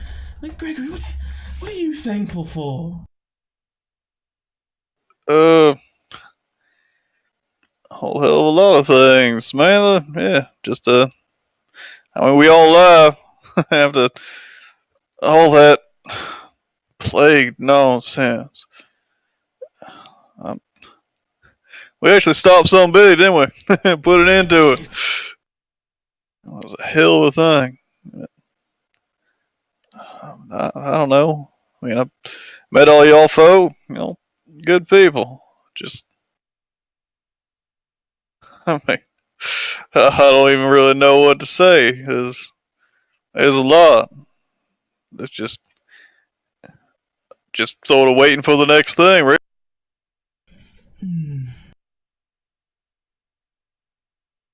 But we have had some bad times, but they make the good times shine brighter, don't they? Yeah, I reckon. Always do better, though, I suppose. Indeed. What about you, Luna? What are you thankful for? Yeah, I'm just not gonna participate in that. Really? Do it for Samantha. It's her day. I already danced. I already danced. I did enough for Samantha today. It's okay. Give you a little look over her shoulder, like, please do it, just please. Do it. Has to be one thing you're thankful for, just one. Javen. I've met the love of my life, Javen. I am thankful for friends that I have made here. Yay! Perfect! Fucking nosebleed. Fucking bloodshot eyes. I switching. The gas is kicking in! Your form kind of glitch out. Just give A you million people just died tightest somewhere. little hug. Oh, I'm glad you're thankful for something. And they just sort of skip off giddily towards the fallen horse. Mm-hmm. Assuming everyone's going, or is Clyde, you taking Barga home? What are you doing? I'm taking Bargo home first. Lay her down. Okay. Show her right. Yeah. Making sure she gets home safely. Walking along the path, you do notice something kind of strange, Clyde, as you move towards the western side of town. Maybe it's the light that kind of gives it this strange sight. Looking at the doors and some of the windows of these buildings. It looks like this place kind of got roughed up. You can see like we're on this edge of town. As you get closer to the tree line, one of the inns, even the big trout, you can see the door is just, it looks like it was put on backwards. Like, you've seen this door. You know how doors look. You've had experience with carving and shaping these things. This thing looks like it's been flipped entirely around, as if someone just shoved it back in the wrong way. You can see bits and pieces of timber and splinters across the ground. Looks like someone's been causing some trouble around this part of town. Varga's just sort of looking onward. People must have had a little too much to drink tonight. They got a little rowdy. What happens at festivals? People just don't know really how to balance out their fun. They seem to overindulge at these types of things. Yeah. It should all be about having just the right amount without getting too crazy. That's right. Even if they're... I think that door is broken. Someone should tell Handsome Alf about that. Oh, I'm sure he already knows. As you You know, easily make Marga, it... apparently at these events you're supposed to say what you're thankful for. Yeah, I did hear your friend asking everyone what they were thankful for. What are you thankful for, What are Clyde? you thankful for? No, I Well, asked you first. No, I asked you first. Well, I mean, ladies are supposed to go first. That's what I hate it. Persephone tells me. I hate it. I said this out loud. I hate it. You're like But so no, far Ladies are in away. a fucking scene. But you can't hear Another it 'cause- nosebleed breaks out. I want to watch this. With your passive perception, you do hear it. I don't know. We're fucking on the opposite side of the city. You hear them By fucking. the That's big he crowd. just said it. He just said they're fucking. You hear it. Enjoy that. All right. Well, Hear Luda from the far away. Bye. Okay, ladies first. You always have to be the gentleman, Clyde. Well, as corny as it is, I'm thankful for you. For having you here, alive and well. Taking me out dancing and dancing with me even when I could clobber your feet. Oh, you won't clobber my feet. Well, what about you, Clyde? What are you thankful for? Well, isn't it obvious? What kind of a silly question is that? As I The just silly kinda- question you asked me. Just kind of jump up into her arms and give her a big smooch. Aw. She catches you, and she just smiling, warm-faced, as she holds you off the ground. And Minnie sort of watching up, sort of not sure how to handle the situation. And she lets you down. God damn it. Well, I think your friends want to go meet back at your inn with Jody, but if you don't want to stay the night there, you can always come stay with me. Oh, that's fine. I'll swing back around. Better make an appearance so Jody doesn't lose her shite. Just make it quick, alright? Don't keep Oh, me waiting. sounds good. Say just, As- obviously. Darting back towards the fallen horse to make a quick appearance, and the rest of you, assuming are all walking together down towards the fallen horse. Yep, making your way, the crowds have finally died down. It's just a nice leisurely walk, almost by yourself, making your way through the fallen horse, or making your way through Oakwell, until you hear a soft voice calling from behind, from the north. You hear, Greg? Greg? Greg? Yeah. Sam, is that? What the heck? As you see Sam coming around the corner, a bit of a frantic look on his face. Greg! Bird! I mean, bird. There's a Why? bird at the door. Hell. Y'all, I'll be right back. What? At our place? Show me what? Hell. I'll follow him back to wherever the hell he's pointing at. As, starts to lead you back towards your house. Takes you some time, he's trying to be quick about it, as eventually you make your way back up to the northern part of town where you see your little cubby, your little home. And you see Joey standing there holding this wooden sword in front of this relatively large, pure white eagle. Standing right in front of your door. It's sort of just standing like a statue. You almost think it's like a toy at first until you get close enough and its head sort of tilts its way at you. And Joey's just sitting there holding this stick in front of this beast. As you see through the window, Nina's face pressed up against it. Don't hit it, Joey! What the hell? Greg, why is there a bird at the door? What is this? Do not know. Was it just here when you... What the hell? It sounded like someone knocked on the door, and then I opened it, and there's this bird. I'll just sort of walk up past him and between him and the bird and just sort of push his sword to the side. Look around, see if there's anybody else around watching. No, you just looking around. You can't see too much in the dark. You see some torchlights, giving way to people returning to their homes, but you just see this pure white eagle standing on the ground. And as you're looking at it closer now, as you get closer, you're expecting it to react as an animal would, but it's actually pretty calm.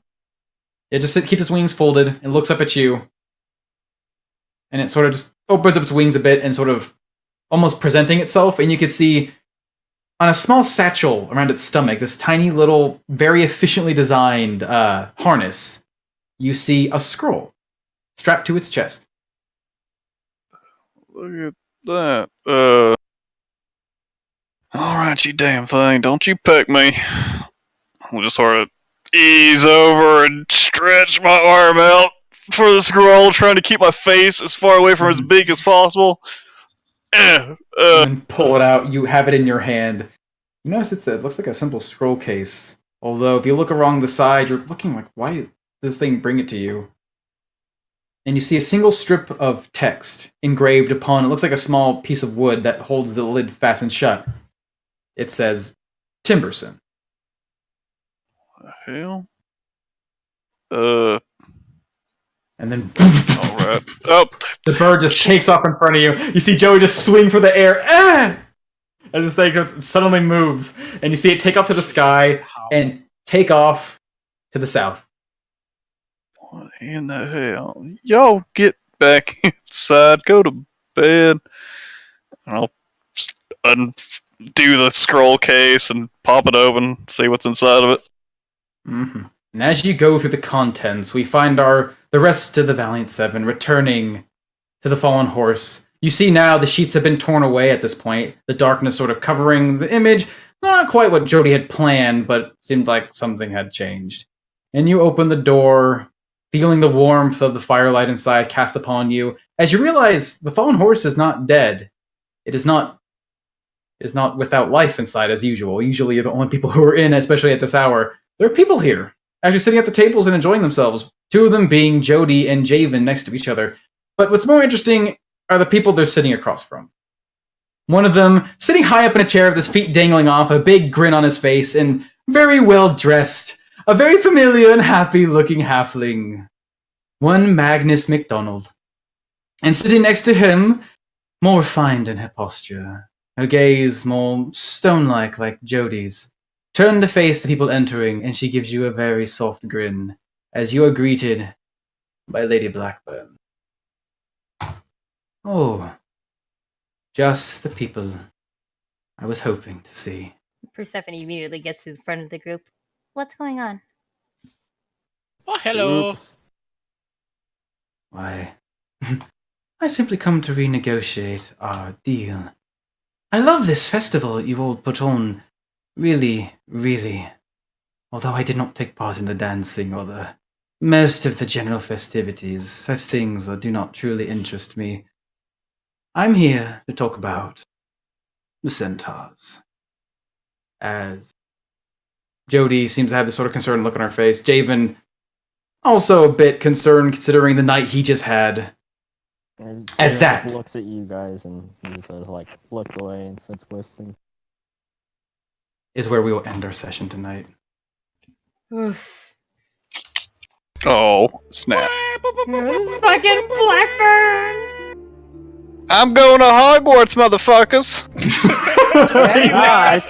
I see your. You're a wizard, invitation. Gregory! Yeah, congratulations, Greg, you're a wizard! Yeah. Gregor, your intelligence goes up by 3 points! Yeah, they So put you the can hat become on a you. wizard! Now at 10. Yeah. Your intelligence is now 20. Enjoy. You put the sorting hat and it's like Ready. Hufflepuff. Damn it! Definitely Hufflepuff. For Gregory? No, Gregory's Gryffindor. Yeah, Gregory's he's a Gryffindor. Hufflepuff. As a night of kindness and celebration is brought to an end, the Valiant Seven now winding down from this joyous time of togetherness and love, but they're greeted by a reminder that they are adventurers of the Fallen Horse, and that there are jobs lined up for them, and one of them now sits before them, eager to apparently renegotiate something that was priced with a considerable amount of gold. And she seems to be joined with a very spunky looking halfling, one you saved from a cave after being kidnapped by the goblins. A pretentious but seemingly well-loved little Magnus. What will they have to offer, the Valiant Seven?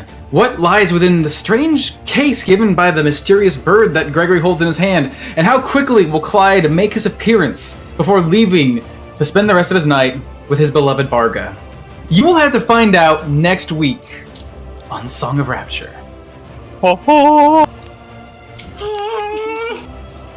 Indeed.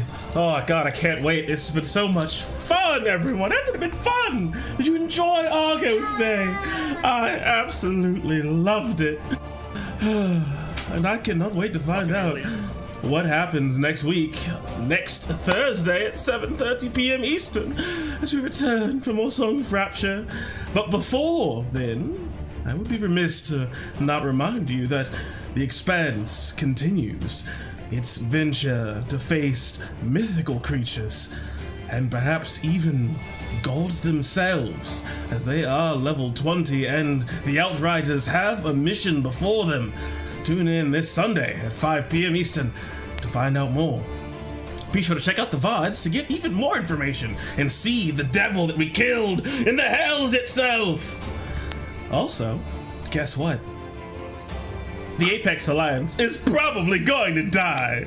So be there Tuesday to watch it happen as we push on into the swamps and try to find this horrible green dragon that we must slay and take back the magical item that it stole from a very dickish merchant, but one who happens to own an entire section of the city. Oh, snap. That Milo is quite connected with. All this to save the neighborhood. Tune in this Tuesday for Kingdoms of the South at 7:30 p.m. Eastern. I want to thank you all so much for watching, for hanging out with us, for the retweets, for the follows. I want to give a big old shout out to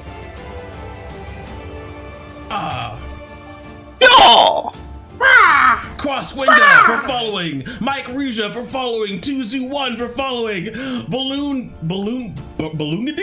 Balloongady? It's like Burgundy, but I like that name. I like Balloongady. Balloongady, thank you for following. Johnny Thunder, thank you for the bits. Fluxor Gaming, thank you for following. Celia, thank you for following. Z Rude, thank you for following. Rinder, HSNX, thank you for following, and Burrito Good Math, thank you for following. Dice Titans, thank you for following. I love these names. Burrito Good Good Math. Yeah. And Dice Feeling these Titans, names, guys. thank you for following. You win the best name award for this Yes. time around. Good job, Burrito. Good Math. Indeed. I want to thank you all so much for following and for hopefully enjoying Song of Rapture. I hope to see you again. And, as always, may your dice roll 20s, and you always make your saves. Later, y'all.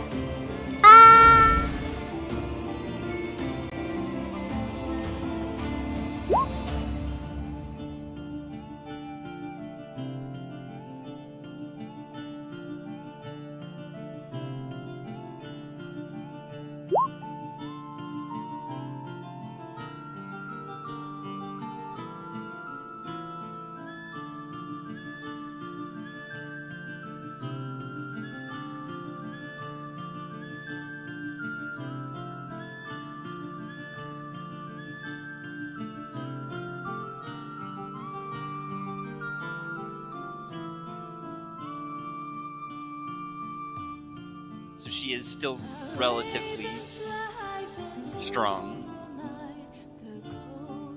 As unbecoming of a lady as it sounds, I drag the wagons places that need to go if need be, and I help set up things by pulling wagons. Like, she gets really red and looks down.